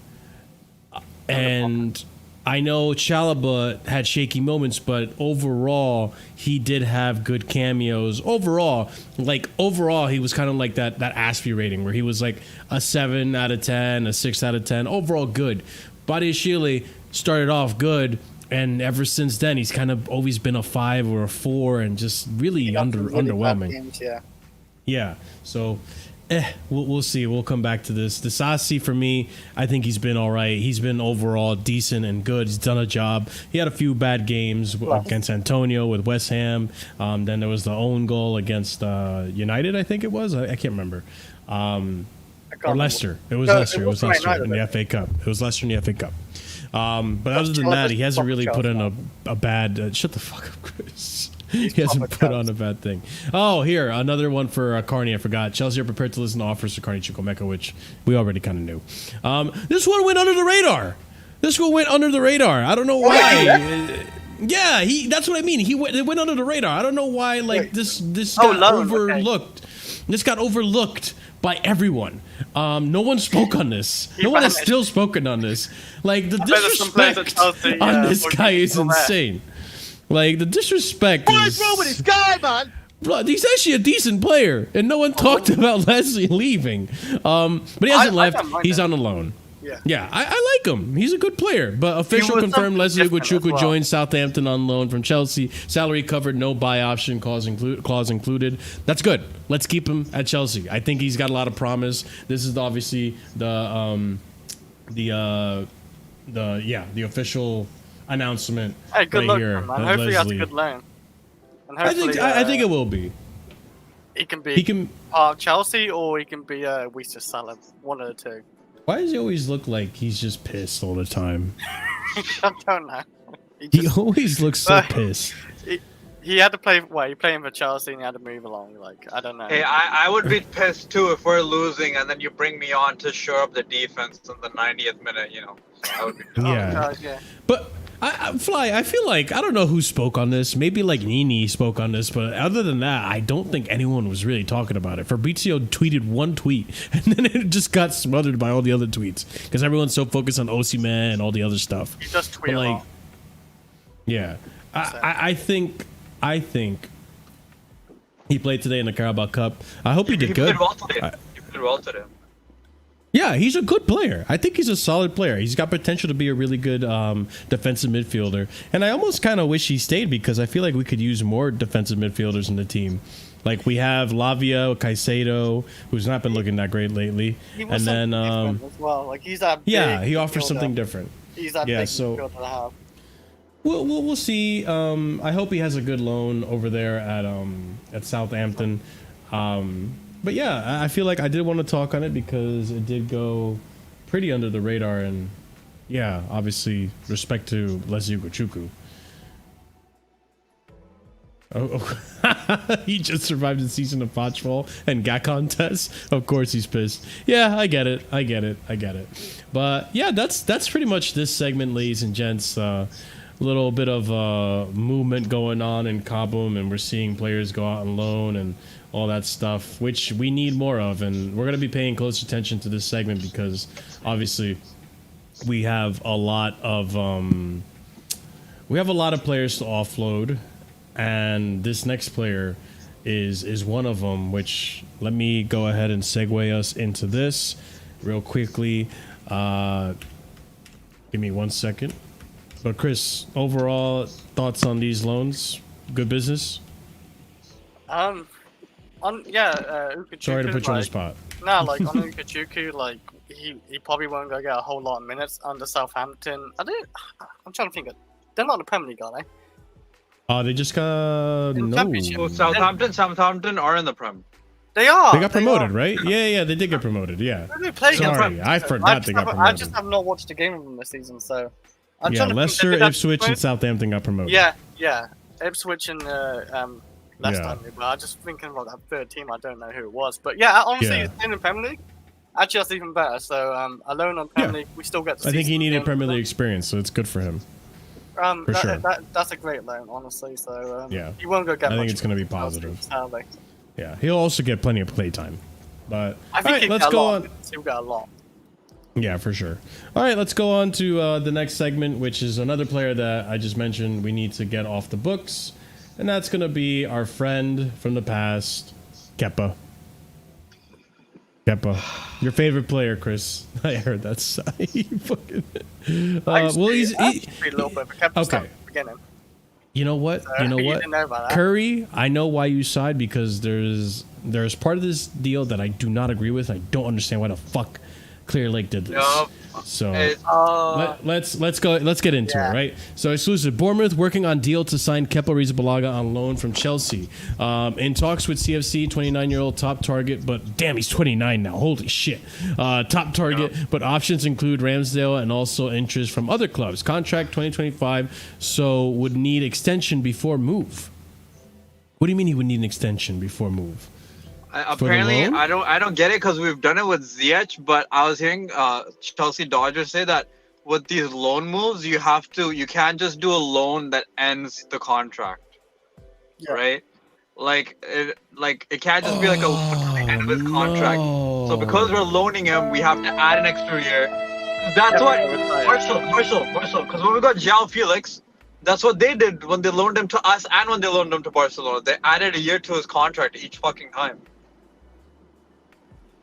But in specific, when you have a year left, in specific, apparently you can't end it. I think with Ziyech's one, I think we might have just had an agreement with Galatasaray where it's like, it's a loan with maybe an obligation of like fucking £0 or some shit, or like maybe they gave us some money, so technically it's a loan with an obligation. But I think with this, since it's a straight loan, we have to add a year. That's why. All right, let me continue on. I know. Bournemouth are that's looking my to sign. recruit Kepa on loan for the 24-25 season. Given his contract is scheduled to expire in 2025, Arrizabalaga would need to agree an extension before embarking upon a temporary transfer. Fuck. Understand Bournemouth are closing in on deal to sign Kepa from Chelsea. Still key details to sort, but loan deal until June 2025. Extending his contract at CFC until 2026. Now close after late night talks. If all good later today, Kepa will travel for medical tests. Chelsea and Bournemouth will have talks on Kepa Arrizabalaga tomorrow for his potential loan move. Then right here we have the exclusive bomba. Kepa to Bournemouth, deal done, medical tests ongoing now at Bournemouth ground. Kepa signs one more year on contract at Chelsea, now valid until June 2026, and joins Bournemouth on loan until July. Agreement done between all parties. As always mentioned, no buy option or obligation for Kepa deal. Straight loan for Bournemouth. Great. God damn it. Kepa. Look at me. Kepa. Stay. Real Madrid don't want you. Shut up, Chris. Real Madrid don't want you. Just fucking go to Saudi next season, okay? Just go to Saudi. Yeah, but apparently we rejected a deal or something like that. Saudi proposed and then they took it off the deal. I don't know if it's we rejected it or like we rejected it because this dickhead wanted to wait for Real Madrid. But, you know, they have Lunin, fucking assholes. You can't kill a man's dreams, man, no matter how young you are. I will fucking crush this fucker's dreams if I could meet him in real life. I fucking... Let the You man know what? live. You know what, Marshall? Let him You know why? dream. You know why he couldn't reach his dreams? Because his fucking arms are too short. Fucking god damn it, man. This fucking guy. 4 more really years. bummed out. I'm really bummed out he's still at this club. Get out of my club. I thought for sure by now we would actually be able to get him off the books. I really, really thought it would be possible this Yeah, season. but we have lowered his wages, right? Or- That's a positive. Did we? Yeah, Wait, 75k. did we lower lower. his wages? I heard we. I don't think we're paying. I don't think they're. Rabbit hole or something. You're telling me Bournemouth are gonna be paying 180k a week for his wages? No. I think when we sent his contract, I think we lowered his wages. I think that was what was said. Unless okay. I found unless I Okay. fell into some sort of rabbit hole and I just saw something and it's a load of nonsense. But Sure. I guess. What is wrong with you, Will? What is What is wrong Will saying? with What is you? Will saying? He's praying Sancho doesn't join. We're Praying not- Sancho doesn't join is extreme. no, it ain't. I'm Yes, not. it I'm not is. praying. I'm not. Only way I want Sancho if Sterling goes over way. That's the only Yeah. way. That's Yeah, exactly. Yeah. I'm all for bringing in I'll take Sancho that if for that. Sterling goes. I I'll don't take want that for Sancho flat out, but I'm for bringing in Sancho if we get Sterling or Chilwell off the books. He'd be a good backup for Felix or something. Which is why praying Sancho doesn't join, I don't like that because I want something. I want good things for the club, and I think Sancho coming in if Sterling goes the other way benefits the club. Yeah, I guess. I think it benefits the club because the only way Sancho comes here is if he lowers his wages. We've seen Sancho is willing, and many players are willing to lower their wages to go unless you're Osimhen. Yeah, I mean, Osimhen's a bit different. He knows he's one of the best strikers in the world. it's a desperate situation for us. It's a slightly larger problem. How? How is it a slightly larger problem? We're not going to take on. He's not going to come to Chelsea. Here's one thing people need to get out of their mind, right? There is no way in this world that Sancho comes to Chelsea on the wages he's at United. Oh no, he ain't too. Chelsea and Bowley have made it so clear that they will not take on any crazy wages. Because if they were, then we would have gotten Osimhen through the line right now. Easy. So if in a world where Sancho does come to Chelsea, it has to be on lower wages. There's no way it's not on lower wages. So if we get Sancho on lower wages and we get rid of Sterling's wages, then that's a benefit for the club. Yes, he might be excess to requirements, but that's Sterling's wages off the fucking books. It's the same way as Lukaku. Remember people were saying, just swap Lukaku for Osimhen. Sure, that's fine because at least Lukaku, who we have no use for, is off the books and we're paying the same wages, which is not. Actually, Osimhen's on much bigger wages than Lukaku, which we'll reveal shortly. At least we have a use for Osimhen. Like, it's just beneficial. That's where I'm getting at. I don't think the player is like gonna benefit us like alone, but it benefits us in the sense of we get rid of Sterling or Chilwell, which is not gonna be Chilwell. But that'd be a bonus. True. But that actually gets me onto my next topic about moving players on, right? Which is, Chris, I'm sorry to inform you, but this may or may not happen now, and that's Broja. Yeah. So we alluded to it earlier. Yeah. The Broja deal might collapse. So last show we spoke on Ipswich taking in Broja, right? Now things look like it got complicated. And let's go into details as to why. So Armando Broja to Ipswich is not off yet, and efforts are being made to keep the Chelsea striker loan move alive. It was seen as 50-50 over the weekend. Armando Broja move to Ipswich Town from Chelsea could collapse, and there are issues after formal steps in the last 48 hours. Unlikely to happen at this stage with all the parties now exploring different options, as Jacob Steinberg reported. Armando Broja's loan move from Chelsea to Ipswich Town is on brink of collapse after his medical reveals signs of an Achilles injury. Ipswich have not walked away completely, but are now looking at other options, according to Matt Hughes Media. I don't know how true that is, but that looks like overall there was something wrong with the medical. That's all I need to know. Dominic Calvert-Lewin was under consideration for. Was under consideration for Chelsea. Everton have a long-standing interest in Armando Broja, but needs to raise funds to buy him. A potential striker option. This isn't the same Dominic Calvert-Lewin under Ancelotti. Can Maresca get the best out of Calvert-Lewin? I don't know. Calvert-Lewin under Ancelotti, I did rate, but he has not been that guy. He's also very injury prone. Back. No, it's not. Isn't it the same guy who you loved? Loved is a very strong word, Didn't Chris. you rate this guy so much like a few years ago? Because under Carlo Ancelotti, he looked phenomenal. He looked decent. Phenomenal. He was one of the top goal scorers in that season. In the Premier League? Yeah. Okay, what? I'll look into it. I'll look into it. But Chris, talk to me about Broja while I look into this. I guess we have to loan him out. I don't know. Like, where? I don't Achilles know. injury. You're stuck with him now, Chris. He's gonna be on the bench. He's gonna be sitting on under 21s or something. Like he isn't getting in the team. Why not? I do feel bad for him. I honestly do feel bad for him. Wow, Chris, you have a heart. Come on. I feel bad for him because he does need minutes at another club, and Chelsea are just not going to give it him because he's not good enough to play for Chelsea. And I knew this like since Southampton. I've been saying it from the start, but injuries has kind of fucked him a little bit as well, of course, because he had the ACL. ACL, right? I'm not 100% yes, sure on it was an ACL, yeah. And then now he has the Achilles. I don't know where he got that from because he ain't been playing, has he? So I don't know how he did that, but so that's just not done now. What I'm really pissed about, we lost out on 30 million on Broja. I can't believe we finessed 30 million out of that potentially if they stayed up. I can't believe we almost finessed it. So now his value is going to definitely drop after the season. It's going to be 20 million at tops. It really sucks a lot. Chris, hey. Dominic Calvert-Lewin, by the way, because you made it seem like I'm deluded. In the 2021 season, when Ancelotti was there, Dominic Calvert-Lewin scored 16 goals. In the Premier League? In the Premier League. 16 goals in the Premier League. Behind. Did you what?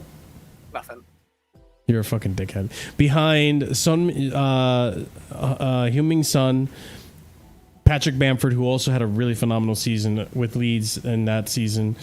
Manchester United, Bruno Fernandes, Mohamed Salah, and Harry Kane. But that's the only season I'm referring to because that season he was good. He's gotta be old now, like 27. I think he is. He's 27. You're right. Good guess, though. Yeah, he's getting. Yeah, good guess. Yeah, he's getting up there. But he was really good that season. I did rate him that season. He's too old.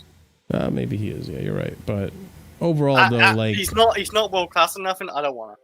I'm all elite level. No, he's not. He's not a level like a Neto or Nkuku or any of these. Even Jackson. I'd rather Jackson. Yeah. But no, I don't want to. I just don't want to take the risk on Dominic Calvert-Lewin. I think his days are behind. His best days are behind him. I don't think he's. He had a one season under Ancelotti who got the best out of him because he has really good heading ability. Ancelotti's a good manager, so we can get best out of a lot of players. Really, really good manager. Hey, yo, pause. But what? There's no pause. There's no pause of that. You said he has really good heading ability. He has really good heading ability. I didn't hear that. You're right. You know what? Marshall loves him. I get you. No, I don't love him. You did. He's fucking ridiculous. You idolized him. No, I didn't. Chris, I swear to God, I'm about to kick you out.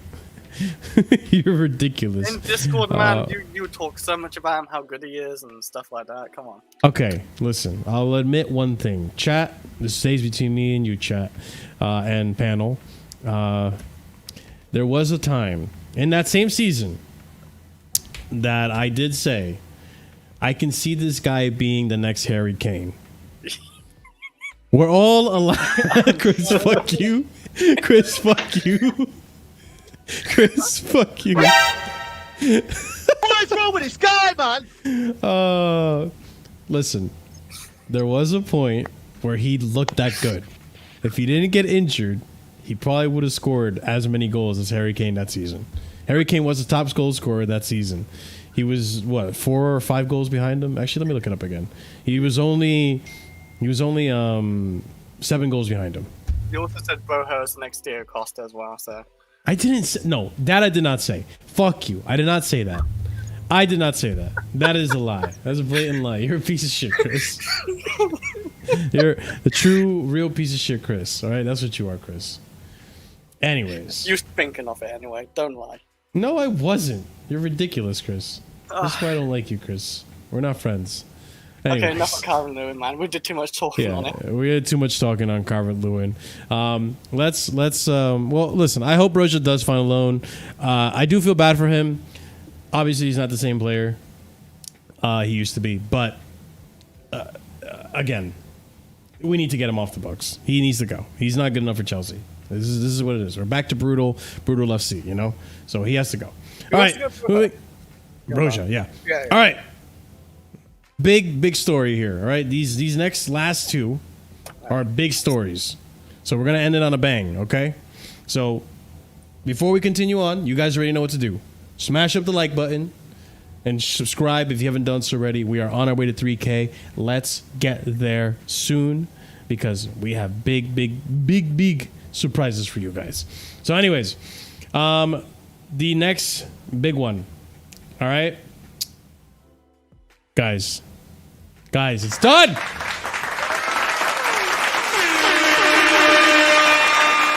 I'm so happy. I'm just so happy I'm going to do it twice.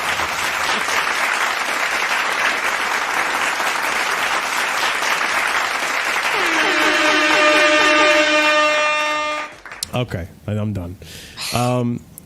This is old news for a few people, right? Yeah, I'm happy. But I never got to talk about it. So here we are. Guys, Lukaku is finally departed. He's done. He's gone. Breathe the Lukaku-less air. Because we're going to talk about it right here. Fabrizio Romano. Napoli will meet Chelsea today in London as they want to get Romelu Lukaku deal done even before finding a solution to sell Victor Osimhen. Official bid sent on Monday. Not accepted, but being discussed with terms and conditions as Napoli want to get it done. This was the 22nd, so last week. Then we have here more from DiMarzio saying Chelsea continued talks to ask for more than £25 million from Romelu Lukaku and does not accept the loan with obligation to buy proposed by Napoli because we need to use our international loans. And guys, here it is. Great deal. Great negotiation being done by Wayne Stanley and Lawrence Stewart. You got to give credit where credit is due. Here it is. Chris, hear this out, all right? Romelu Lukaku to Napoli. Here we go. Verbal agreement in place between clubs. Chelsea accept 30 million euros fixed fee plus add-ons up to 50 million euros for 45 million euro potential package. So 30 million euros fixed fee plus 15 million euros in add-ons. 45 million euros total. Permanent transfer brokered by Ali Barat for Epic Sports. Lukaku will sign 3-year deal at Napoli until 2027. He's done. He's gone permanent. No loan with obligation. No fucking lender's fee. None of that. None of the BS. He's gone. All right. No issue. No problems for Romelu Lukaku move to Napoli for Chelsea. Just a matter of documents, check, and contract review ahead of travel for medical tests. Romelu Lukaku has been in touch with Conte almost every day since Friday. You talking to your daddy every day, bro. Good night, Conte. Good night, Lukaku. Just weirdos. On Romelu Lukaku's transfer to Napoli. Today marks the day that Lukaku has left Chelsea. Today, there have been steps forward regarding the image rights of Lukaku. There will be new contracts tomorrow to try to reach a definitive agreement on this point too. So there was a little bit of a stumbling block, which is just the image rights. We sorted it out. It's all good. Green light from Fabrizio Romano right here. Also on documents for Romelu Lukaku's move to Napoli. He's been authorized to travel for medical tests and contract signing. 30 million euros permanent deal plus add-ons. Deal until June 2027. Never in doubt. Here we go. Confirmed. And then lastly, we have here medical booked on Wednesday for Romelu Lukaku as new Napoli player. It's Wednesday. And he should be done. It's done, guys. So I haven't heard anything about Lukaku deal or Lukaku not passing his fucking medical, but I guess, guys, this is your moment to shine, and I guess give me your final words, your final thoughts on Romelu Lukaku. We never have to talk about this fucking bum of a player ever again. Chris, can I take a minute to take the stage for a second? My apologies. Oh, you can take it, man. Yeah, in terms of images, right? Yeah, their fucking image of a fucking dickhead with Timberland boots. This absolute see you next Tuesday. Bruh. I hate this man. This fucking traitorous Judas piece of ass and shit. I swear to God, I was a Chelsea fan. Oh my God, my hero was Drogba.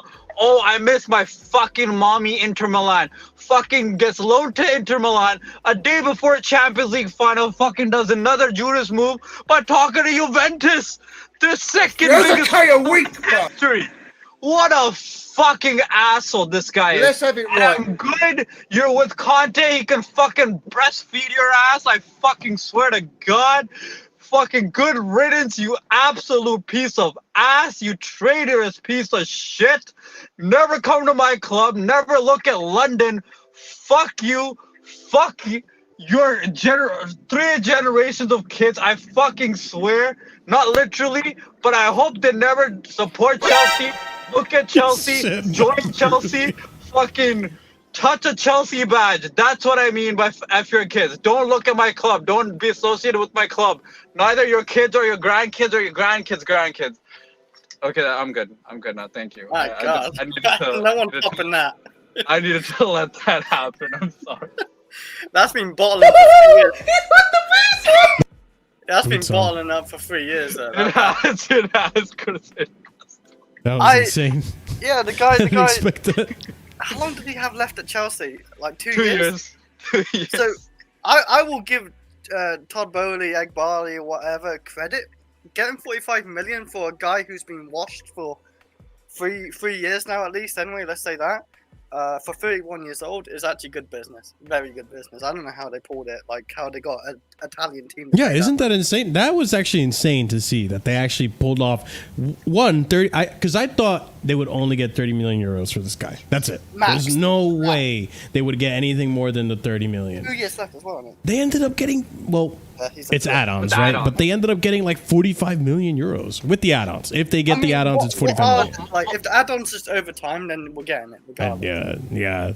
I I don't know doubt what the add-ons are. though. Marshall, when you have a daddy like Conte, when you have a father, you know what? I hope I'm a good enough people like Conte is to Lukaku. I fucking swear to God, this guy, man.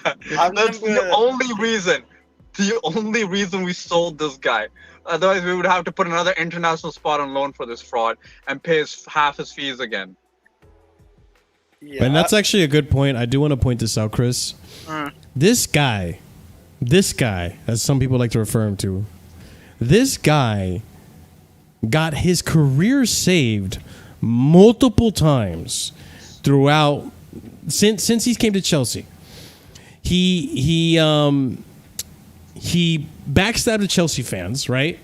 Then he went back to Inter. So Inter saved him then. Then he backstabs Inter and Juve. And then who saves him from that?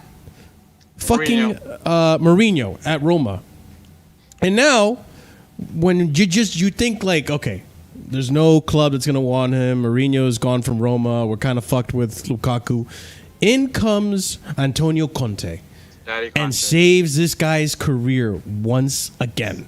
Like, this guy needs to be grateful that he has people, for whatever reason, watching out for him and actually want him. After all the fiasco and all the drama, I'm surprised Mourinho wanted him. It's considering the type of ego he is. But maybe that's also partially why I wanted him, because of the type of ego he is. But it's just insane to me that this player is so oblivious and lacks so much self-awareness to what he's actually doing and all the bridges he's burning. Like, it's just ridiculous. He is so lucky. I don't even wish him the best. Good riddance, dude. Yeah. Go fuck yourself. Don't break a leg. And Marshall, you know what no, I don't want him to God be. damn. I don't want him to be. Hey, not literally, man. Just as a figure of speech, man. But Marshall, you know what the saddest thing is? You know what the saddest thing is? Yeah. I want everyone, every sporting director, every ownership to look at themselves on the face. Because you guys, I feel ashamed to be associated with football right now. This guy has extended his lead of being the most accumulated in transfer fees in football fucking history.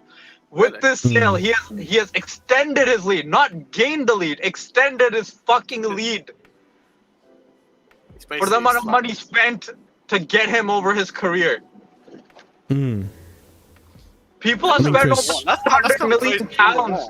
People have spent almost 300 million pounds on this man. Oh yeah, because Chelsea and Man United, the dumbass clubs basically spent 100 each on him.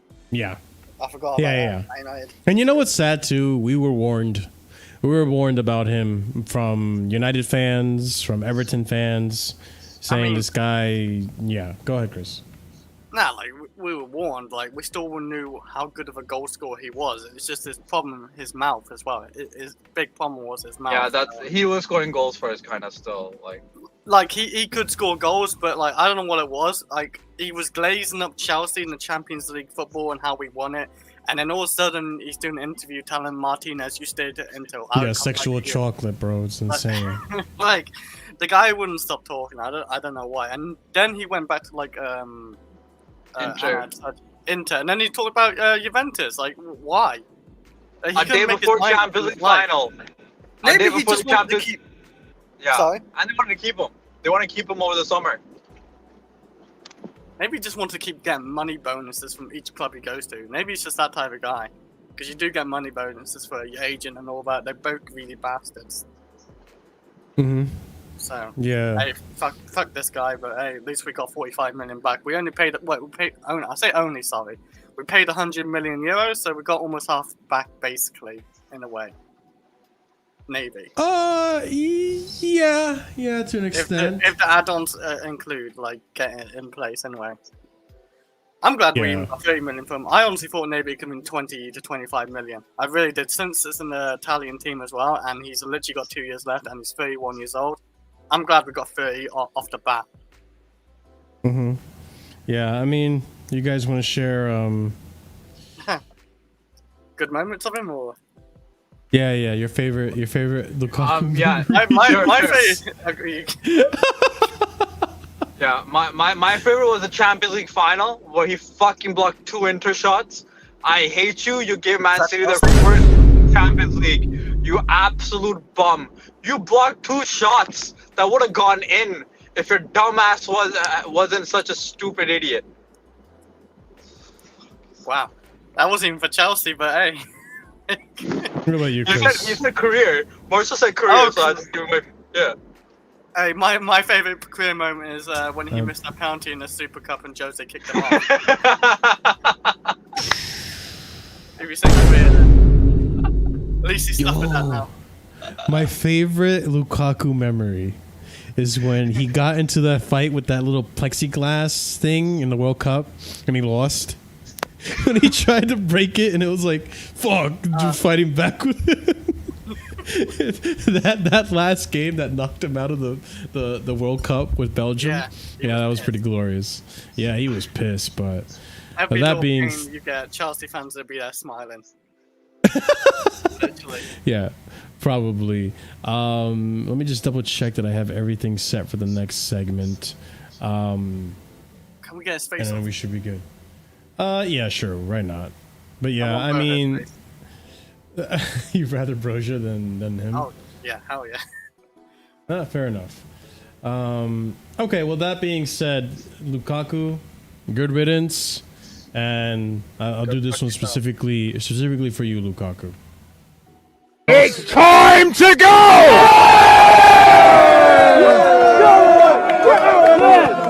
Yep, it's done.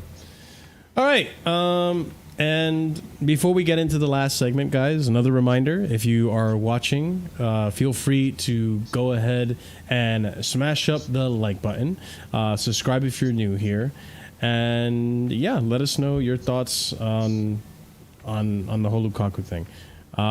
So this next segment, it's heating up. We're going to be keeping an eye on this one. Obviously, it's about Osimhen. Yeah. I completely hold forgot. on, give me 1 second. Prime's in here. Yeah, Hi, I know. Prime. I'm going to get him on in a second. I'm multitasking here, Prime. Hi, Prime. I sent you a DM on IG, buddy. You better join. You better join, Prime. Like he talked on private chat, so Yeah. Give me 1 second, guys. I'm working here, okay? It's all good. It's all good. Working on the fly. No, I'm talking to Chris. Yeah. All right. Okay.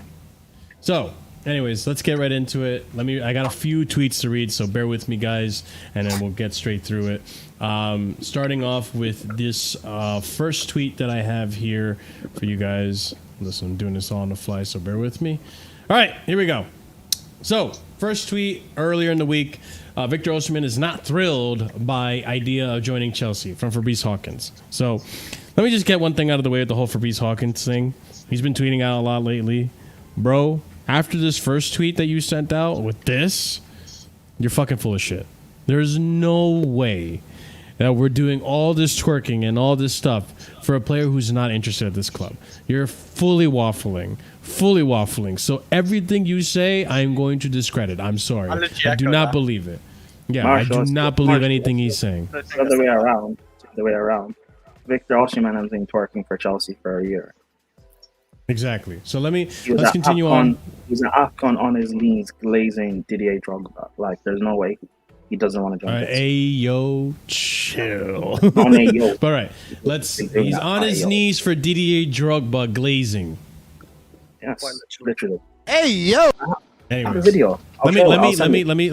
I believe it. I literally started the segment by saying, let me just get through all this because I have so many tweets to go through. So let me just get through this real quick before we add some comments onto this. Anyways, the possibility of Victor Osimhen joining before the deadline next week is remote as things stand. Chelsea are only willing to consider a loan, something which does not appeal to either Napoli or Osimhen himself. No changes on Victor Osimhen. Chelsea... 1 second. I just got to mute Curry Park because there's a lot of background noise coming from you. No changes on Victor Osimhen. Chelsea only want Osimhen on loan in final days of the window, and Osimhen doesn't want to go on loan as of today. We continue on. Osimhen wages is from Gary Jacob here. Osimhen signed an extension. Maybe this could be true. I don't exactly know, but if it is true, it makes a lot more sense now why this has been an issue. So Osimhen wages. Osimhen signed an extension in 2023 worth 167 million a week after tax. So that's gross. No, that's net. Which would equate to 265,000 pounds a week before tax based on UK rates. So he would essentially be, if he were to come to Chelsea, he'd probably want to earn a little more. He would want to earn over 300k a week, which I understand that's not. I don't agree with that, but we'll discuss the wages in the discussion portion. Victor Osimhen's future will be clear next week, but not today or this week. This is on the 23rd, so we're getting closer to today's date, present time. Chelsea are still watching to see what happens with Osimhen from tomorrow. Everything on the market can go crazy. Chelsea have many outgoings to do. Will only sell Duran for big proposal. We have here Chelsea and Napoli have made some progress on the proposed structure in the last few days for Victor Osimhen, but Chelsea won't proceed unless terms become more favorable. They are prepared to make Osimhen a top earner, but he must fit into the wage structure, meaning a lower base in non-UCL season. Chelsea have revived talks over a loan deal to sign Napoli striker Victor Osimhen. It is understood that the terms now being offered to Chelsea that are far more favorable, although there potentially remains a major stumbling block over the salary. More on Victor Osimhen, according to Fabrizio Romano. An agreement between Napoli and Al Ahly for a package in excess of 65 million euros is almost done, pending small details. But no agreement with Victor Osimhen so far on Nigeria's striker. Wants important salary plus key details. Release clause to be included. I think even Fabrice Hawkins came out and said there was a deal and an agreement from Victor Osimhen. Fabrizio debunking that. Again, Fabrice Hawkins, fuck off, all right? Continuing on, same tweet, okay. Victor Osimhen's agent, Kalenda. Victor is not a package to be shipped far away to make room for profits. Victor still has so much to do in Europe. Osimhen is a Napoli player with a contract recently renewed with mutual satisfaction. He made history when there were major offers. Also this year, he always accepted the club's decision. Victor was elected African Footballer of the Year, 8th at Ballon d'Or. There is needs for respect and balance. I understand that. We have Rudy Goletti coming out and saying, days ago, the Saudi clubs interested in and Osimhen decided to withdraw from the race. No talks ongoing with Napoli or Victor Osimhen to date. The Italian club was only a few days to monetize his exit, which I think turns out to be false because we hear now a few things on Victor Osimhen in terms of Saudi. We continue on. DiMarzio apparently reporting that PSG could not present a last-minute offer from Victor Osimhen by putting on a 42 to 50 million pound bid on the table. And turns out that Fabrizio clears up a few things here. Chelsea and Al Ahly are still only clubs in talks for Victor Osimhen. So Rudy Goletti was wrong about this. PSG not working on it at all. Then we have DiMarzio debunked on this as well. So Chelsea are talking on Osimhen's camp as main option on 4 players list. Victor doesn't plan to reduce his salary. Al Ahly are ready if Chelsea doesn't want to happen, or if Chelsea doesn't happen. As previously reported, Napoli no longer demand Victor Osimhen's full 120 million release clause, 20 million euro release clause. So that's good for us. So I think it was unreasonable to be 120 million euros. So now it's being negotiated a lot closer to 80 to 90 million. So PSG, not his preferred option for Osimhen. Chelsea remain keen on his signature as Napoli just lowered their price.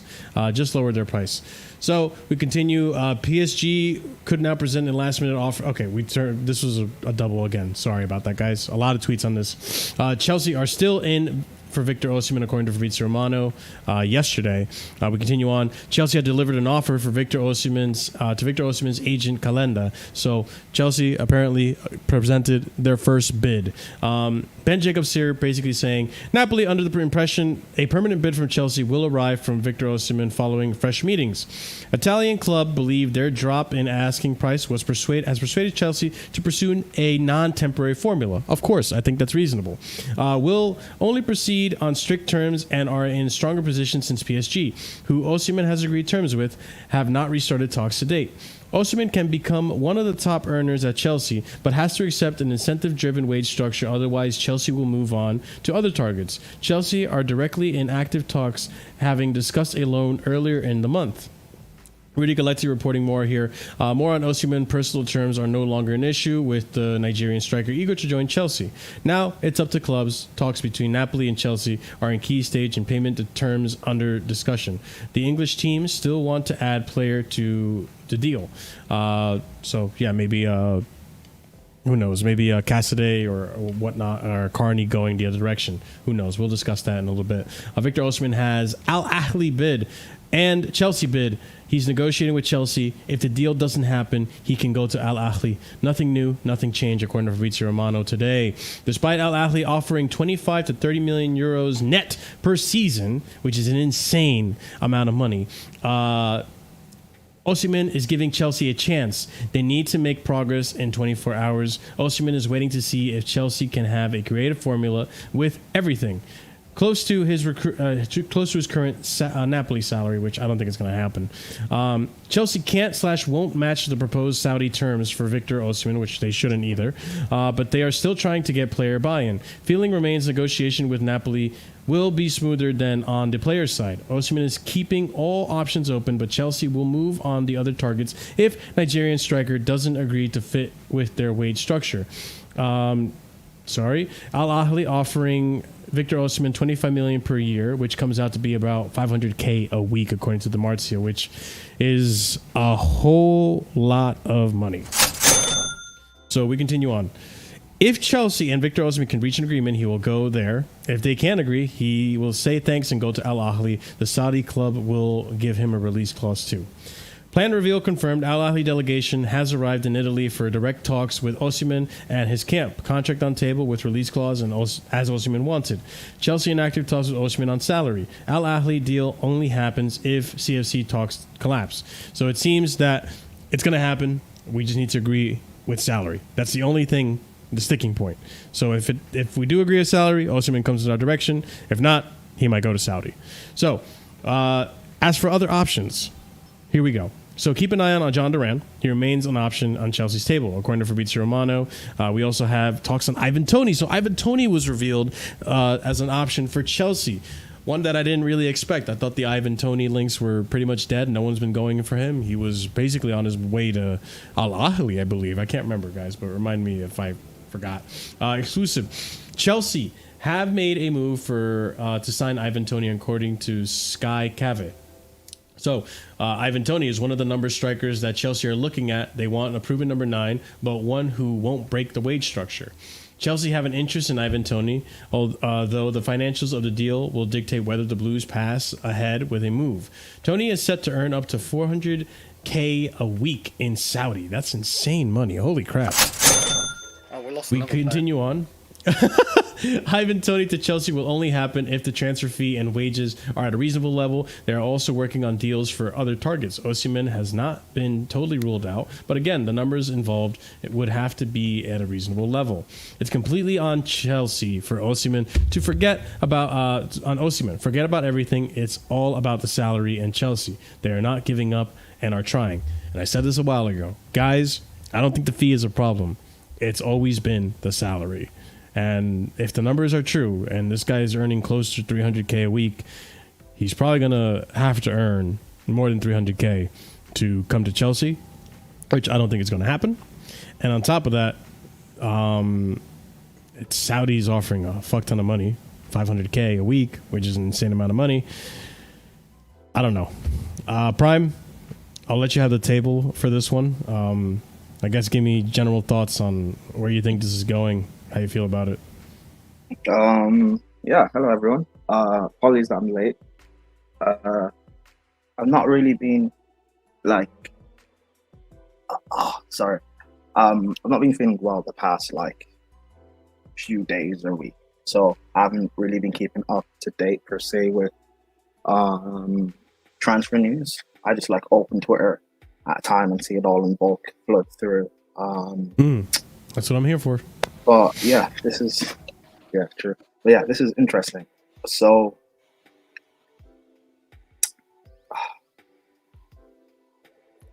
it's either he comes to Chelsea on this incentive basis, and then say in a year's time, so next summer, he gets the big money that he wants from Chelsea, assuming he does well, or you take 500K from Saudi. Like that's 500K is big money. I don't think people like really understand what that type of money means to a person like Victor, knowing where he comes from. Like I'm someone who I'm African, I'm Nigerian, but I grew up in Europe. I did not have to go through the struggle he's had to go through. Like that's generational, life-changing money. As someone who is African, Marshall, you yourself, I think you would kind of understand this. You being, you're Peruvian, right? You're South American. Like you being in the Western world, trying to make it and getting some sort of success. There's so much you have to do back home to help your people. You get where I'm trying to come from, right? Here's the thing. Yes, you're not wrong. It's a lot of money, and I would say, just real quick before you go, like I want you to continue, but I'll just say this. Where I stand on it is that, yes, it's generational money, but for someone like me, for someone like Osimhen, for someone like you or anyone that comes from, to a certain extent, a country that maybe is, suffering from more poverty, 300K a week or 150K a week or 200K a week, 250K a week, anything over 100K a week is also generational money. Yes, but we're talking like the difference between being a millionaire and a billionaire. I know, I know, but the thing is, he has ambitions and targets he wants to make personally within the sport of football. I don't think he will. I still think he's going to come to Chelsea. I've been saying this forever. However, if he were to take this Saudi money, I don't blame him. If other people were in that position where they were offered 500K straight, how many people are turning that down? It's tempting money. In one thing? Sorry, very much tempting money. I still think he's coming to Chelsea, by the way. However, I don't blame him for taking this for 1 and 2. I think the agent he has is not good at all. 100% agree with that. 100%. I've been thinking that. Can I correct you on one thing, if you don't mind? Yeah. Okay. So it's 30 million. So I divided that by 52. So he's earning 577, and if he stays there for 2 years, it becomes tax free. Holy shit! Money. Exactly, it's generational. So if it's 2 years in Saudi, if he stays the full 2 years, that entire salary becomes tax free. It's almost 600K a week. People, it's almost 600K pounds a week. Bro, this is like when CP talked about like Lukaku's grandchildren. That is your grandchildren's children's money. Yeah, like that. This is like royal money, generational money. Like, as an African, I understand this. I understand the temptation for him. I still think he'll pick Chelsea, but I get the temptation. I'm not gonna say like it wouldn't tempt me. I understand it. But for people like who are trying to shit on him because of this, you've never been in this position and you never will. Like, to go through this, it's crazy. But again, I'll go back to this. I thought the biggest problem was ADL. No, I think the biggest problem is the Victor's agent. If he had Jorge Mendes, Victor would have gone last summer when he wanted to leave. He would have gone to Chelsea last summer, or Man United instead of them getting Højlund, or he would have gone to Real Madrid, or he would have gone to a big club when he wanted to leave. But now he has only Chelsea because only Chelsea want him, because every other big club, they have a striker already.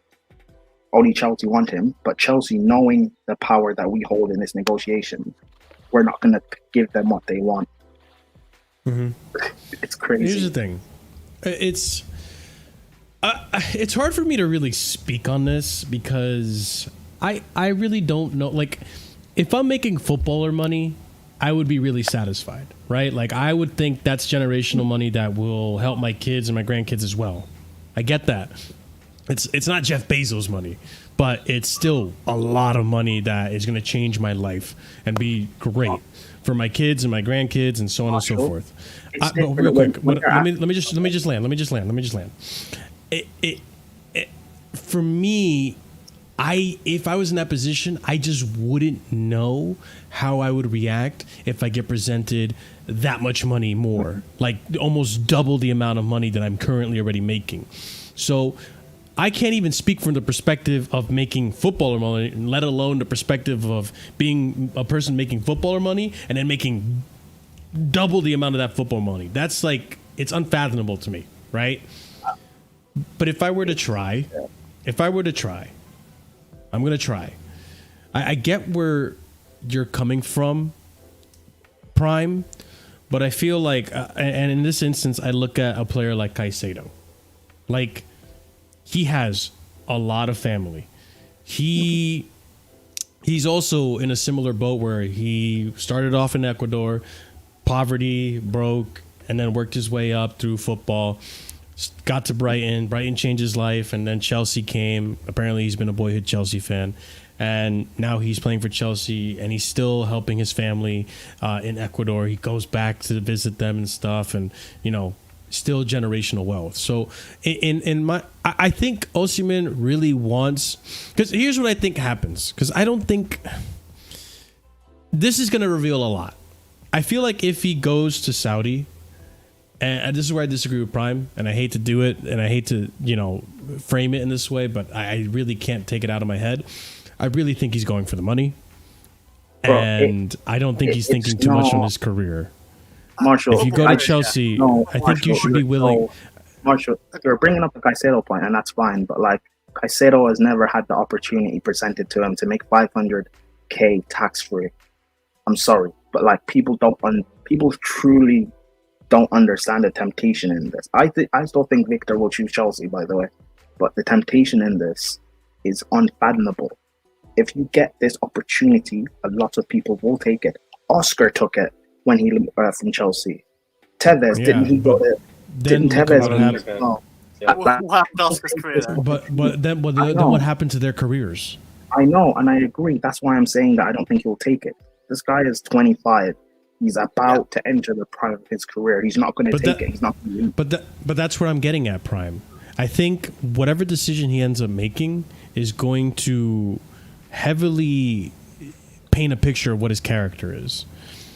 Or what, even his agent as well. I think to an extent, I think, I'm just being honest, I think Prime, because you are Nigerian, you do root for Nigeria, I think to a certain extent, you do view Osimhen from Osimhen tinted glasses, and you do hold him to a high regard, which rightfully so. He is a good striker. Let me just land real quick. I get that. But at the end of the day, I believe even Moises Caicedo was offered a better deal to move to Liverpool, but he still chose Chelsea because he liked Chelsea. Obviously, it's not the same amount of money, but I think if we're taking a bit of a wage cut, because it seems like they're going to give him a decent amount of money, it's just not going to be the amount he wants. It might be less base wage than what he's currently making, which I understand not trying to go down, right? But if he really wants to join Chelsea, if he really wants to excel his career, he chooses Chelsea, he takes the wage cut, and at that point I'm like, okay, you're not looking at the money, you're looking out for your career. Your agent fucked you over. Agent. Yeah. Because I'm not going through this to Osimhen tinted glasses. I'm saying I understand the opportunity here presented. But again, the biggest problem is his agent. I think his agent is in his ear telling him, this is generational money. You can help change so many things in Nigeria specifically because you have the influence. But my thing is, for Victor, if I'm speaking to him as his friend, I understand the opportunity to take this money. However, realistically, will you be able to come back to Europe and command a big team to take the money to buy you? No. You're going to have to spend at least 2 years in Saudi to get the money tax-free and not get in trouble, for one, and for you to come back. The only way a big club would be tempted to buy you is if not only do you kill it in Saudi, but you drag Nigeria to the World Cup, you drag us to the next AFCON, you win us the next AFCON, and we do well in the next World Cup. Like, you have to be undeniably the best striker on the planet from all metrics to come back to Europe from Saudi. Like, for me, he's not, like, I think Victor is very smart. I don't think he's gonna go to Saudi, and I think he's also very stubborn and headstrong.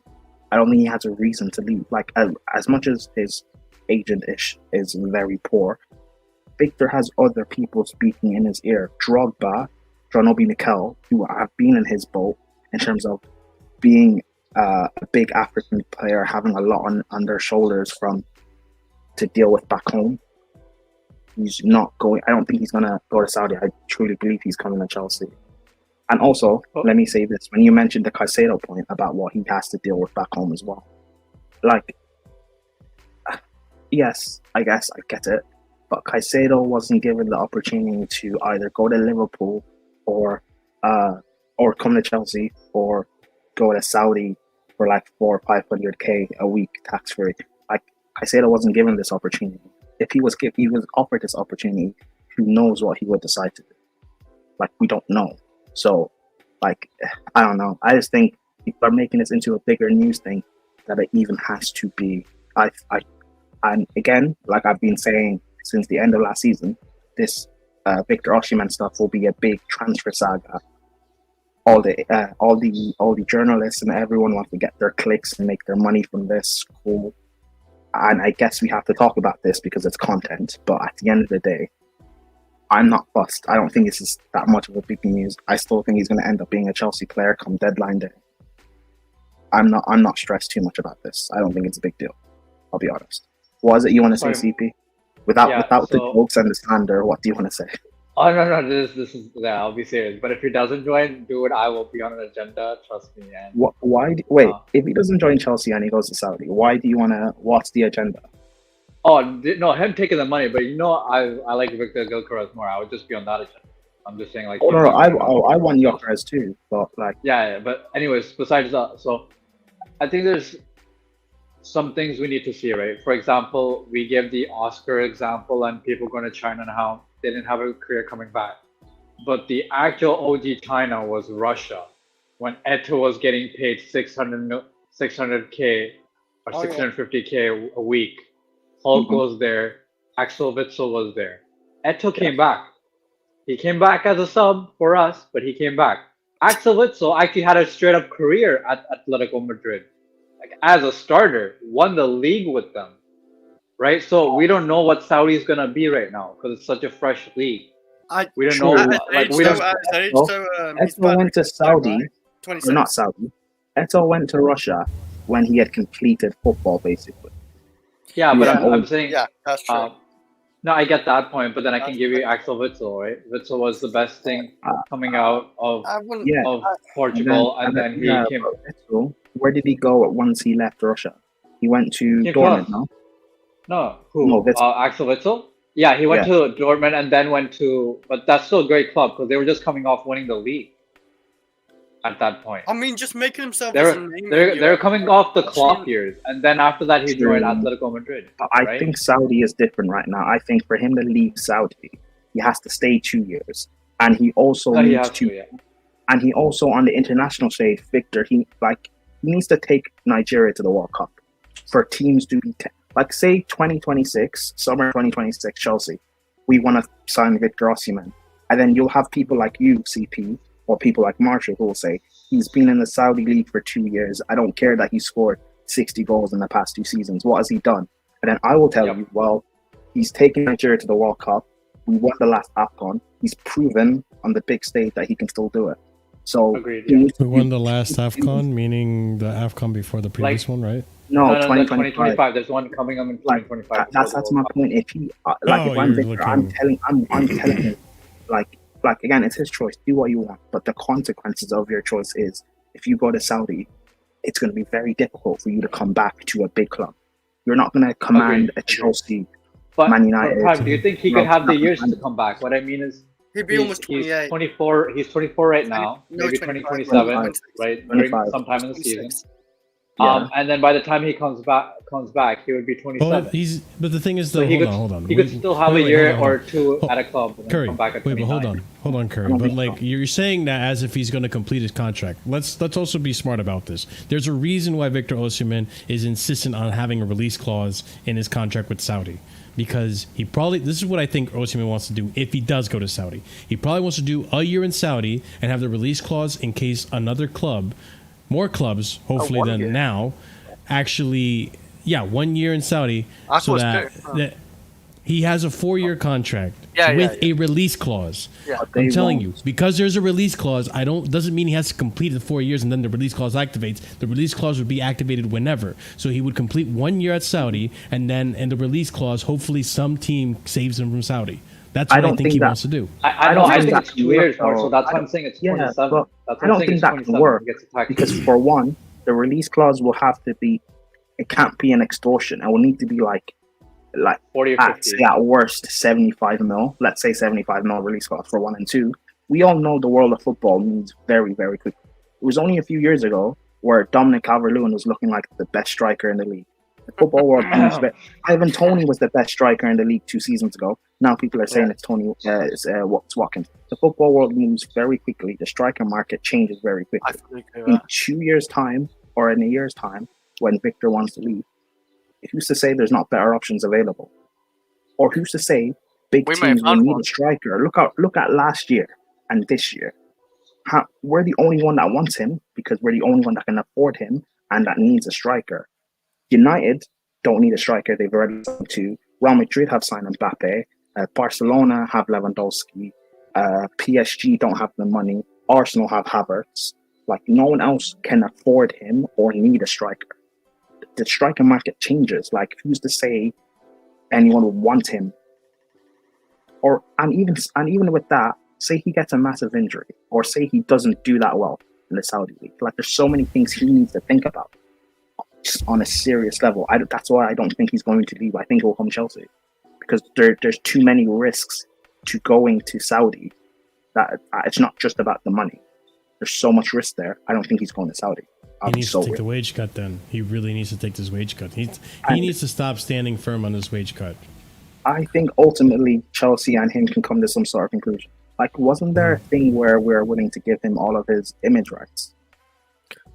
That we were willing to pay. Well, we were willing to pay the amount. The rumor was we're willing to pay the amount of the fee that at the time was like upwards of like somewhere around 90 or something, and his wages, but we get 100% of his image rights. Yeah, because we want it as Chelsea. He's the second biggest player in Africa, right? Besides Salah. Do we need his image rights? Yes, as a business, your business, dude. Your business. You want no. You want the second biggest player in Africa. It balances out the money. No, but what I mean is like, okay, maybe I'm dumb. What does it mean having his image? Because if we like, he's still our player regardless. So assuming we sign him, he's our player. So why do we need his image? He's a Chelsea player. What does that mean? Any products that we want to sell, we want to use his things for, any advertisement we want to use his face for that we're associated with our sponsors, all that stuff, right? Yeah. So we want, right? If we have, for example, the Nigerian betting company as our sponsor, we want Osimhen as our guy, right? So the next time we come in next year, if it's a 1-year contract, be like, hey, instead of paying us 50 million, pay us 70 million because we have Osimhen. And he'll be the face of your betting sponsorship, right? Okay, fair enough. That makes sense. That makes sense to me. Fair enough. Yeah, I don't know. I think regardless, Victor, either you take the Saudi money, or at least for a season, you just firm Chelsea's wage structure. Like again, if he joins Chelsea, he scores 25, 30 goals, then he can go to Chelsea and say, "Give me my money." Give me my money. I've got you back into the Champions League. I won the Europa League. I'm top scorer. Exactly. Give me my money. So I think Victor needs to be smart here and just accept it. And again, Victor needs to drop his agent because that guy is terrible. He's so bad. If he backs himself though, Prime, he like to get the goals and stuff like that. Yeah, take it. If he doesn't, then I think he does back himself. He knows he backs himself, but that's the thing. He said he wants to make a name for himself in Europe as well. So I think he can back himself. People in his ear talking to him. Yeah. People who want like he looks up to Drogba so much. He looks John Obi Mikel, I guess. Nah, but like those two guys in his ear, there's no way he can justify going to Saudi. If he truly loves Chelsea, views Drogba as an idol, he wants to achieve things in Europe. He wants to win a Champions League.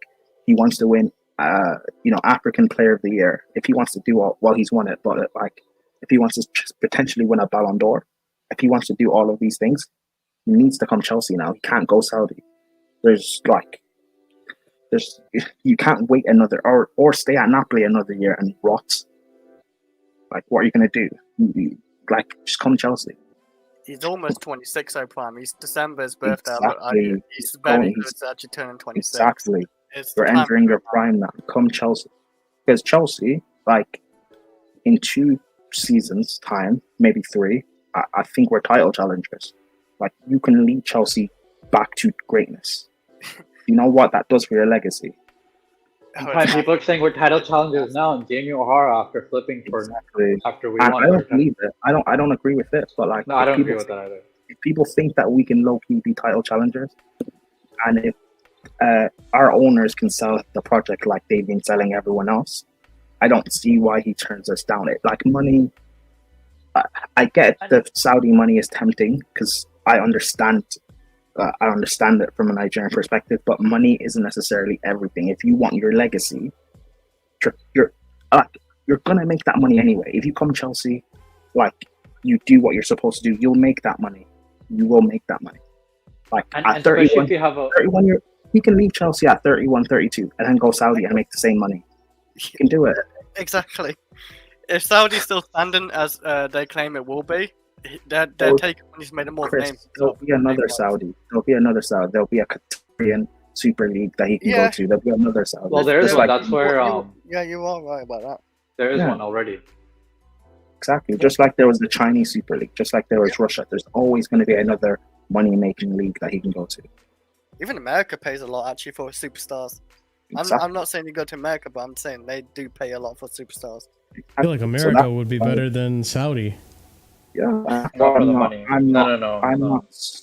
Zlatan was able to, come back at his age to AC Milan. Zlatan came back to AC Milan and he barely played. He was an opener. Yeah. Still did made an impact though. Nah, Drew was better. Yeah, and plus Zlatan was injured as well. But still, like, I just look at it like the money is so tempting, but like with the money comes serious consequences. Like no money comes without sacrificing something. You can't get that big money from Saudi without sacrificing something. And he understands that. And with the talent pool of strikers that Nigeria have, yes, right now he is first choice, and arguably you can say he's Nigeria's best player.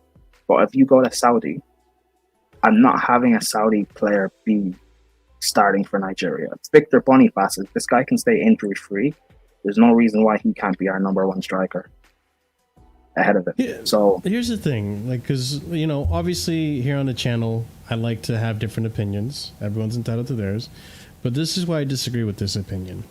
Osimhen deserves more money than all the squad because he brings in goals. Lukaku brought in more goals, right? Wow. But then he comes to Chelsea and he flops. I'm not saying he's Lukaku. Of course. We had Timo Werner, who scored more goals in our squad. He came to Chelsea, he flopped.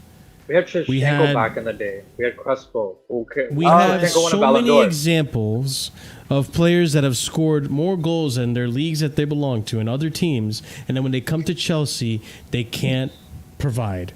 So why would the club continue the same mistakes of previous owners? Or not even a mistake, because I'm not saying that Osimhen's a mistake to do that, but it's a big risk. Why would they make the same exact big risks that the previous ownership have done, and they are now having to fix the issues of that? We still have Kepa. We just got rid of Lukaku after 2 years of this ownership. I agree. I think it's smart business, and the ball is in their court, by the way, in terms of Chelsea. I agree with Sol's gone. Arguably, like, again, if it's me, I get it. Just give him the money. I think he's worth it. However, if Chelsea want to set a precedent of, like, it doesn't matter who you are, you can't just bully us, you'll accept what we give you, then you have to make a stand somewhere. Real Madrid, I don't care if you're Mbappe, if you're Ronaldo, if you're Ramos, if you're whoever, you'll accept what we give you. Look, they got Mbappe eventually. All these years they've wanted Mbappe, that Mbappe tried a strong hand, and PSG tried a strong hand. They got Mbappe. Real Madrid know how to get their players regardless. I don't want Chelsea to be like Man United, where we just pay whatever for whatever player. As much as I love Victor Osimhen and I want him at Chelsea, you can't get bullied like this. Can't. So make your stand, and ultimately, I think Victor will just accept if he loves Chelsea as much as he says he does, this isn't a problem. And I think the problem is because, one, his agent, and two, because of the offer from Saudi. If the offer from Saudi wasn't so crazy, I think he'd join us. Because here's the thing, and I think you guys alluded to this. Bear with me, I was partially doing things in the background. If Osimhen comes to Chelsea, it doesn't mean he's going to be stuck on the wages that he gets initially. Yeah. Look at Cole Palmer.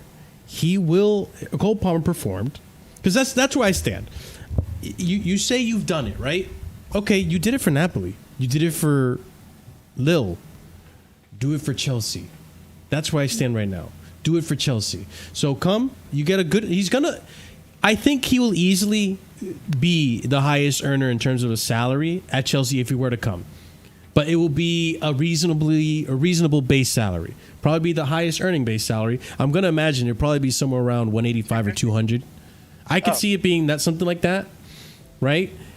And then add-ons and bonuses that'll get somewhere up to. If he actually earns over the goals. And if he does well on his first season at Chelsea, next contract, bigger salary, closer to 300K. Because now you've earned it at Chelsea. You did it at Chelsea. You deserve. That's where I stand with it. Marshall, that's what my thinking was, and like, yeah. I give you say 200K, but if who won the Golden Boot last year?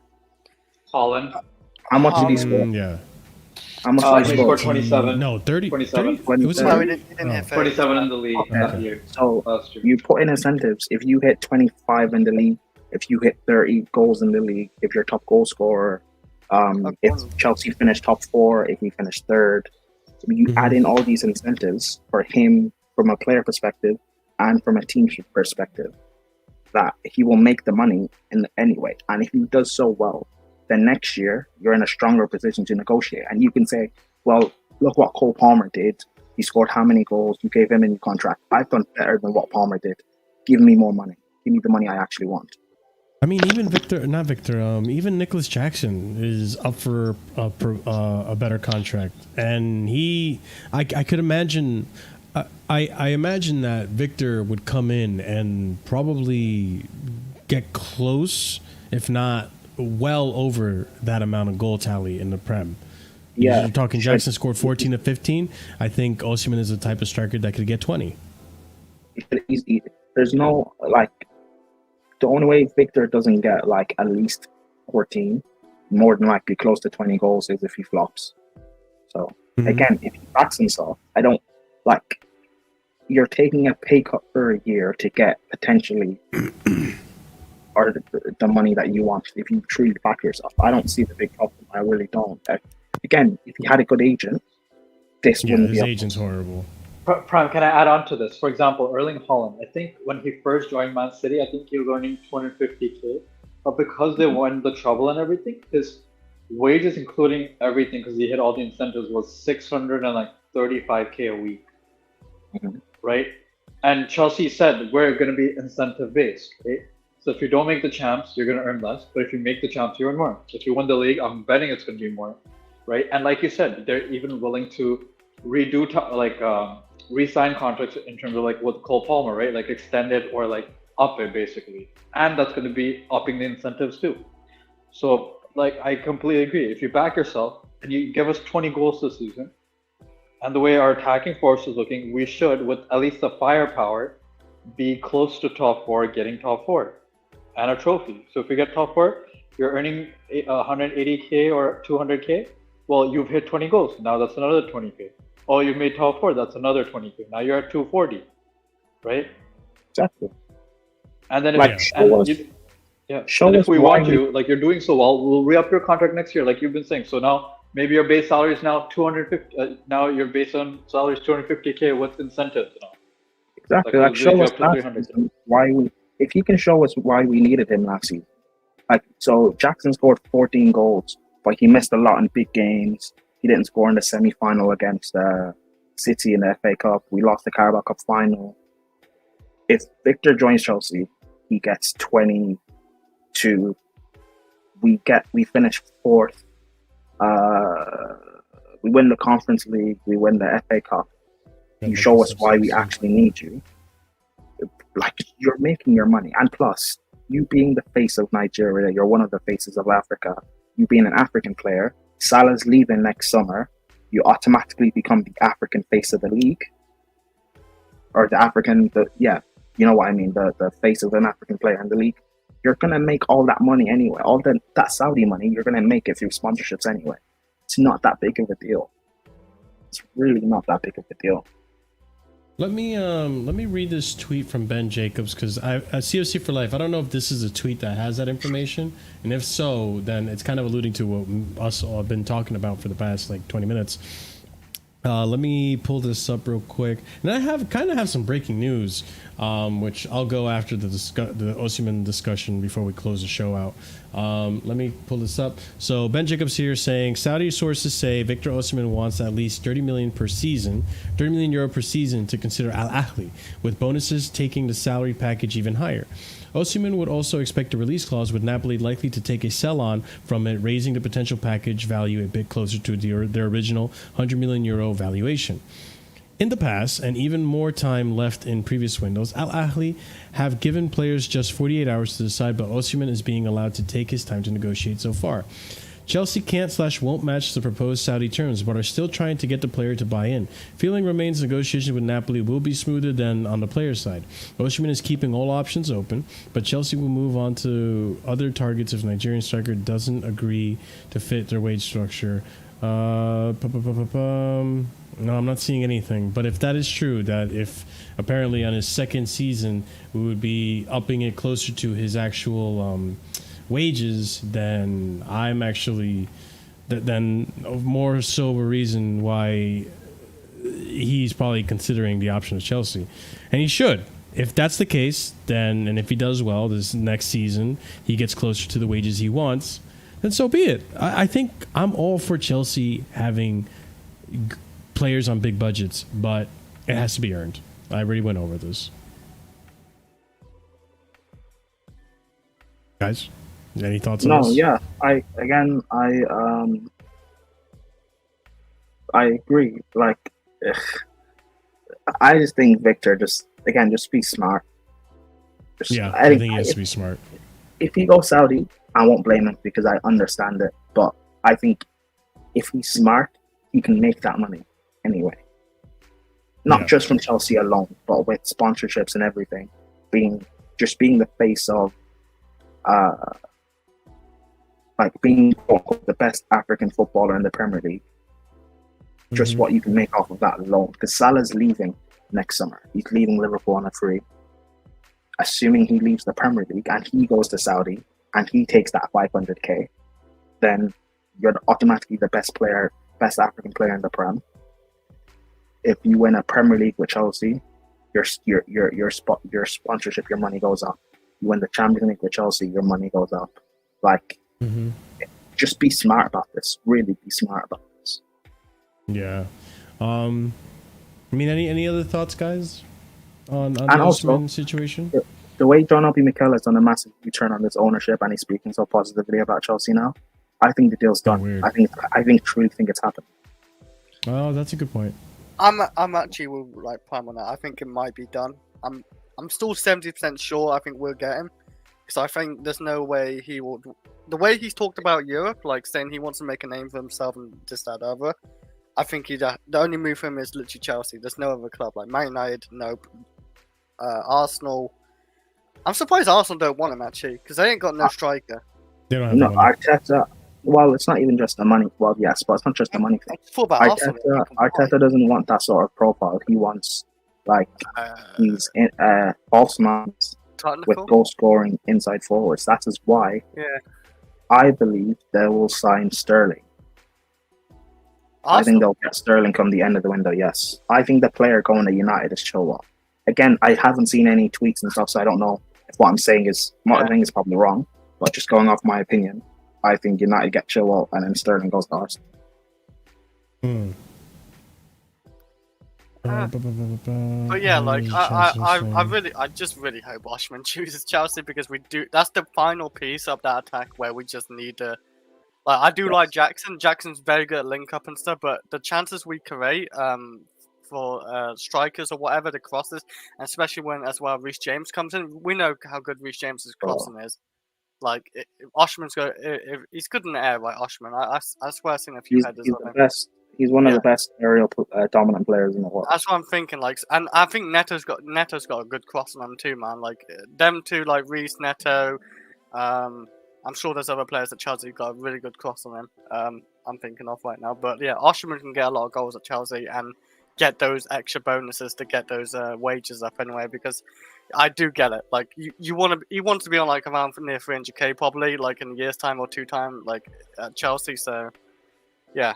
Hopefully he picks Chelsea, but if not, we have to move on. Okay. That being said, ladies and gents, I was about to close the show, but we got a little bit of breaking news, so I'm gonna actually and we said go we're ahead. gonna hit the 3-hour mark. Well, here we are, and my plans got postponed, so it ended up working out. Oh, okay. We did it, Chris. We did it. I didn't mean to do it. The whole Sancho argument worked, man. We did our job. I didn't expect it, That's but ridiculous. no, like you want a pie to that. You was a pie to that. Hey, CP knows in his casually contract that he gets paid after the 3-hour mark. So that's my incentive. That's my incentive base. You know what I'm saying? Then why do you think I keep extending whenever I join Marshall? Like, can we hit 3 hours? Hey, CP, I told you to go Saudi, man. I told you to go Saudi. Oh, Jesus Christ. Anyways, so we have news. We have news from Raheem Sterling. Okay, so breaking. Manchester United are discussing internally whether to take Raheem Sterling in a swap deal for Jadon Sancho. Eric Ten Hag, the board, and Dan Ashworth are all considering the options. Fabrizio Romano reporting. Hey, Eric Ten Hag, I rate you, man. Come on. ETH, I know you got the talent. I always believed in you. I always believed in your I've always believed in you. Eric Ten Hag, come on, I always believed in you, bro. Oh Let's my go, God, Eric Ten bro, Hag. we're a joke, bro. Sources close to Sterling say they will not be forced into a move that does not suit them, adding there's much chance of him staying as it stands, which if he stays, it's probably going to be a January move for Sterling. I don't foresee him staying until next summer. I think January is going to be a big window for outings, but we'll see. Then we continue here. Manchester United have made clear to Raheem Sterling's representative that his wages at United would be capped at a maximum of 200K per week, 200K pounds per week, and he would have to accept being a squad player. Sterling has agreed to this in principle, according to Graham Bailey, who's actually not that bad of a reliable source. He's semi-reliable. So, listen, I think Sterling is going to be willing to take a wage cut if it means he continues to actually play. Yeah. But it's heating up. This is the last few hours of the transfer window. It ends on Saturday. I'm thinking about doing a stream on Saturday for the transfer deadline, which you guys are more than welcome to join in on. Deadline day, you're gonna have to. Yeah. So, but boys, what do we think on this? is he the last 300k plus player in our team? No. Yes. Yes. Yeah. So If that Lukaku's is on. After. Once he leaves, I believe the biggest wages we have on the books would be Chilwell at 190. Fofana. No, And Reece. Fofana. Reece. Yeah. got that contract. But what is a Fofana on? Do we know what Fofana's on? Fofana's on 200K. I was on 200. God damn. God. Damn, I didn't know that. He finessed us, man. Yeah.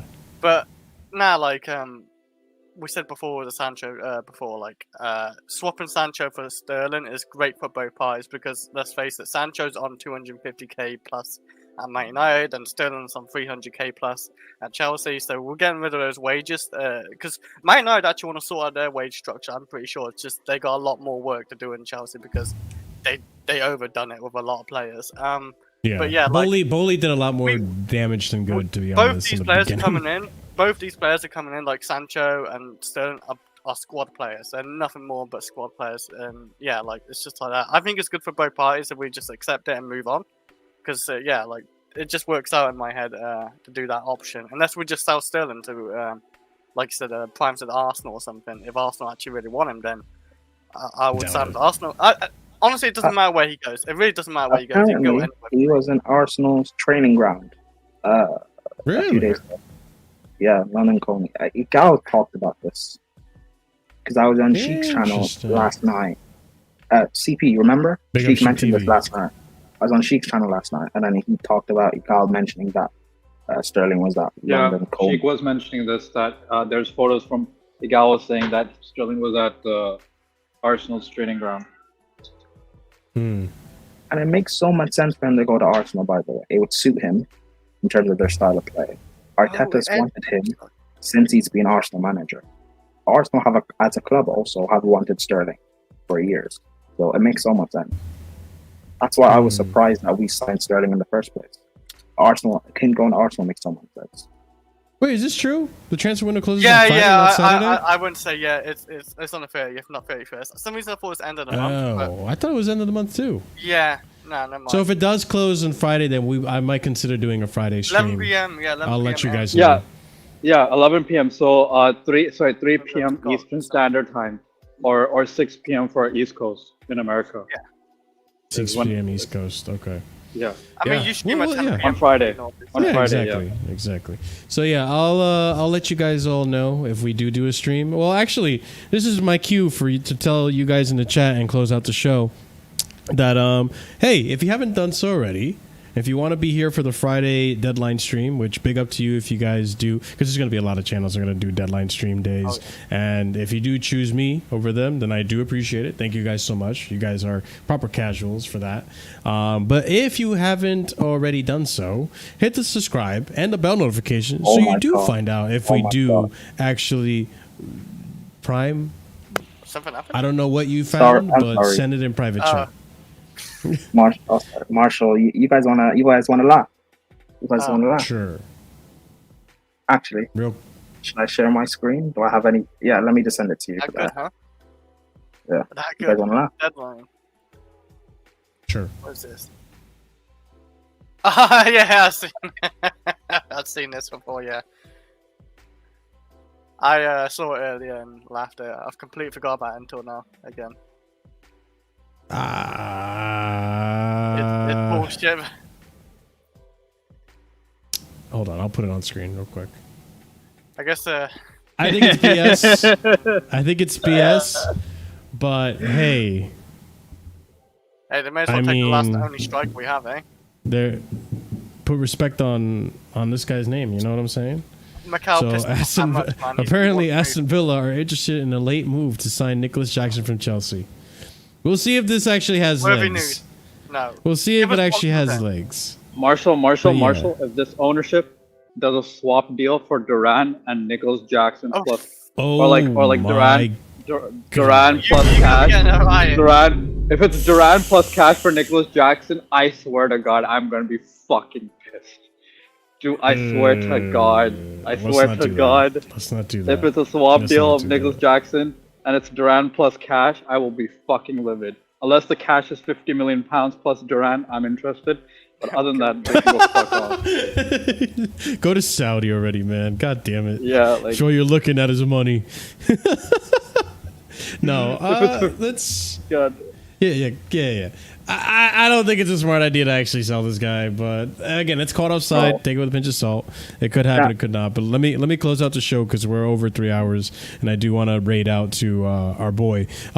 So, ladies and gents, like I was saying before, we might have a Friday deadline stream.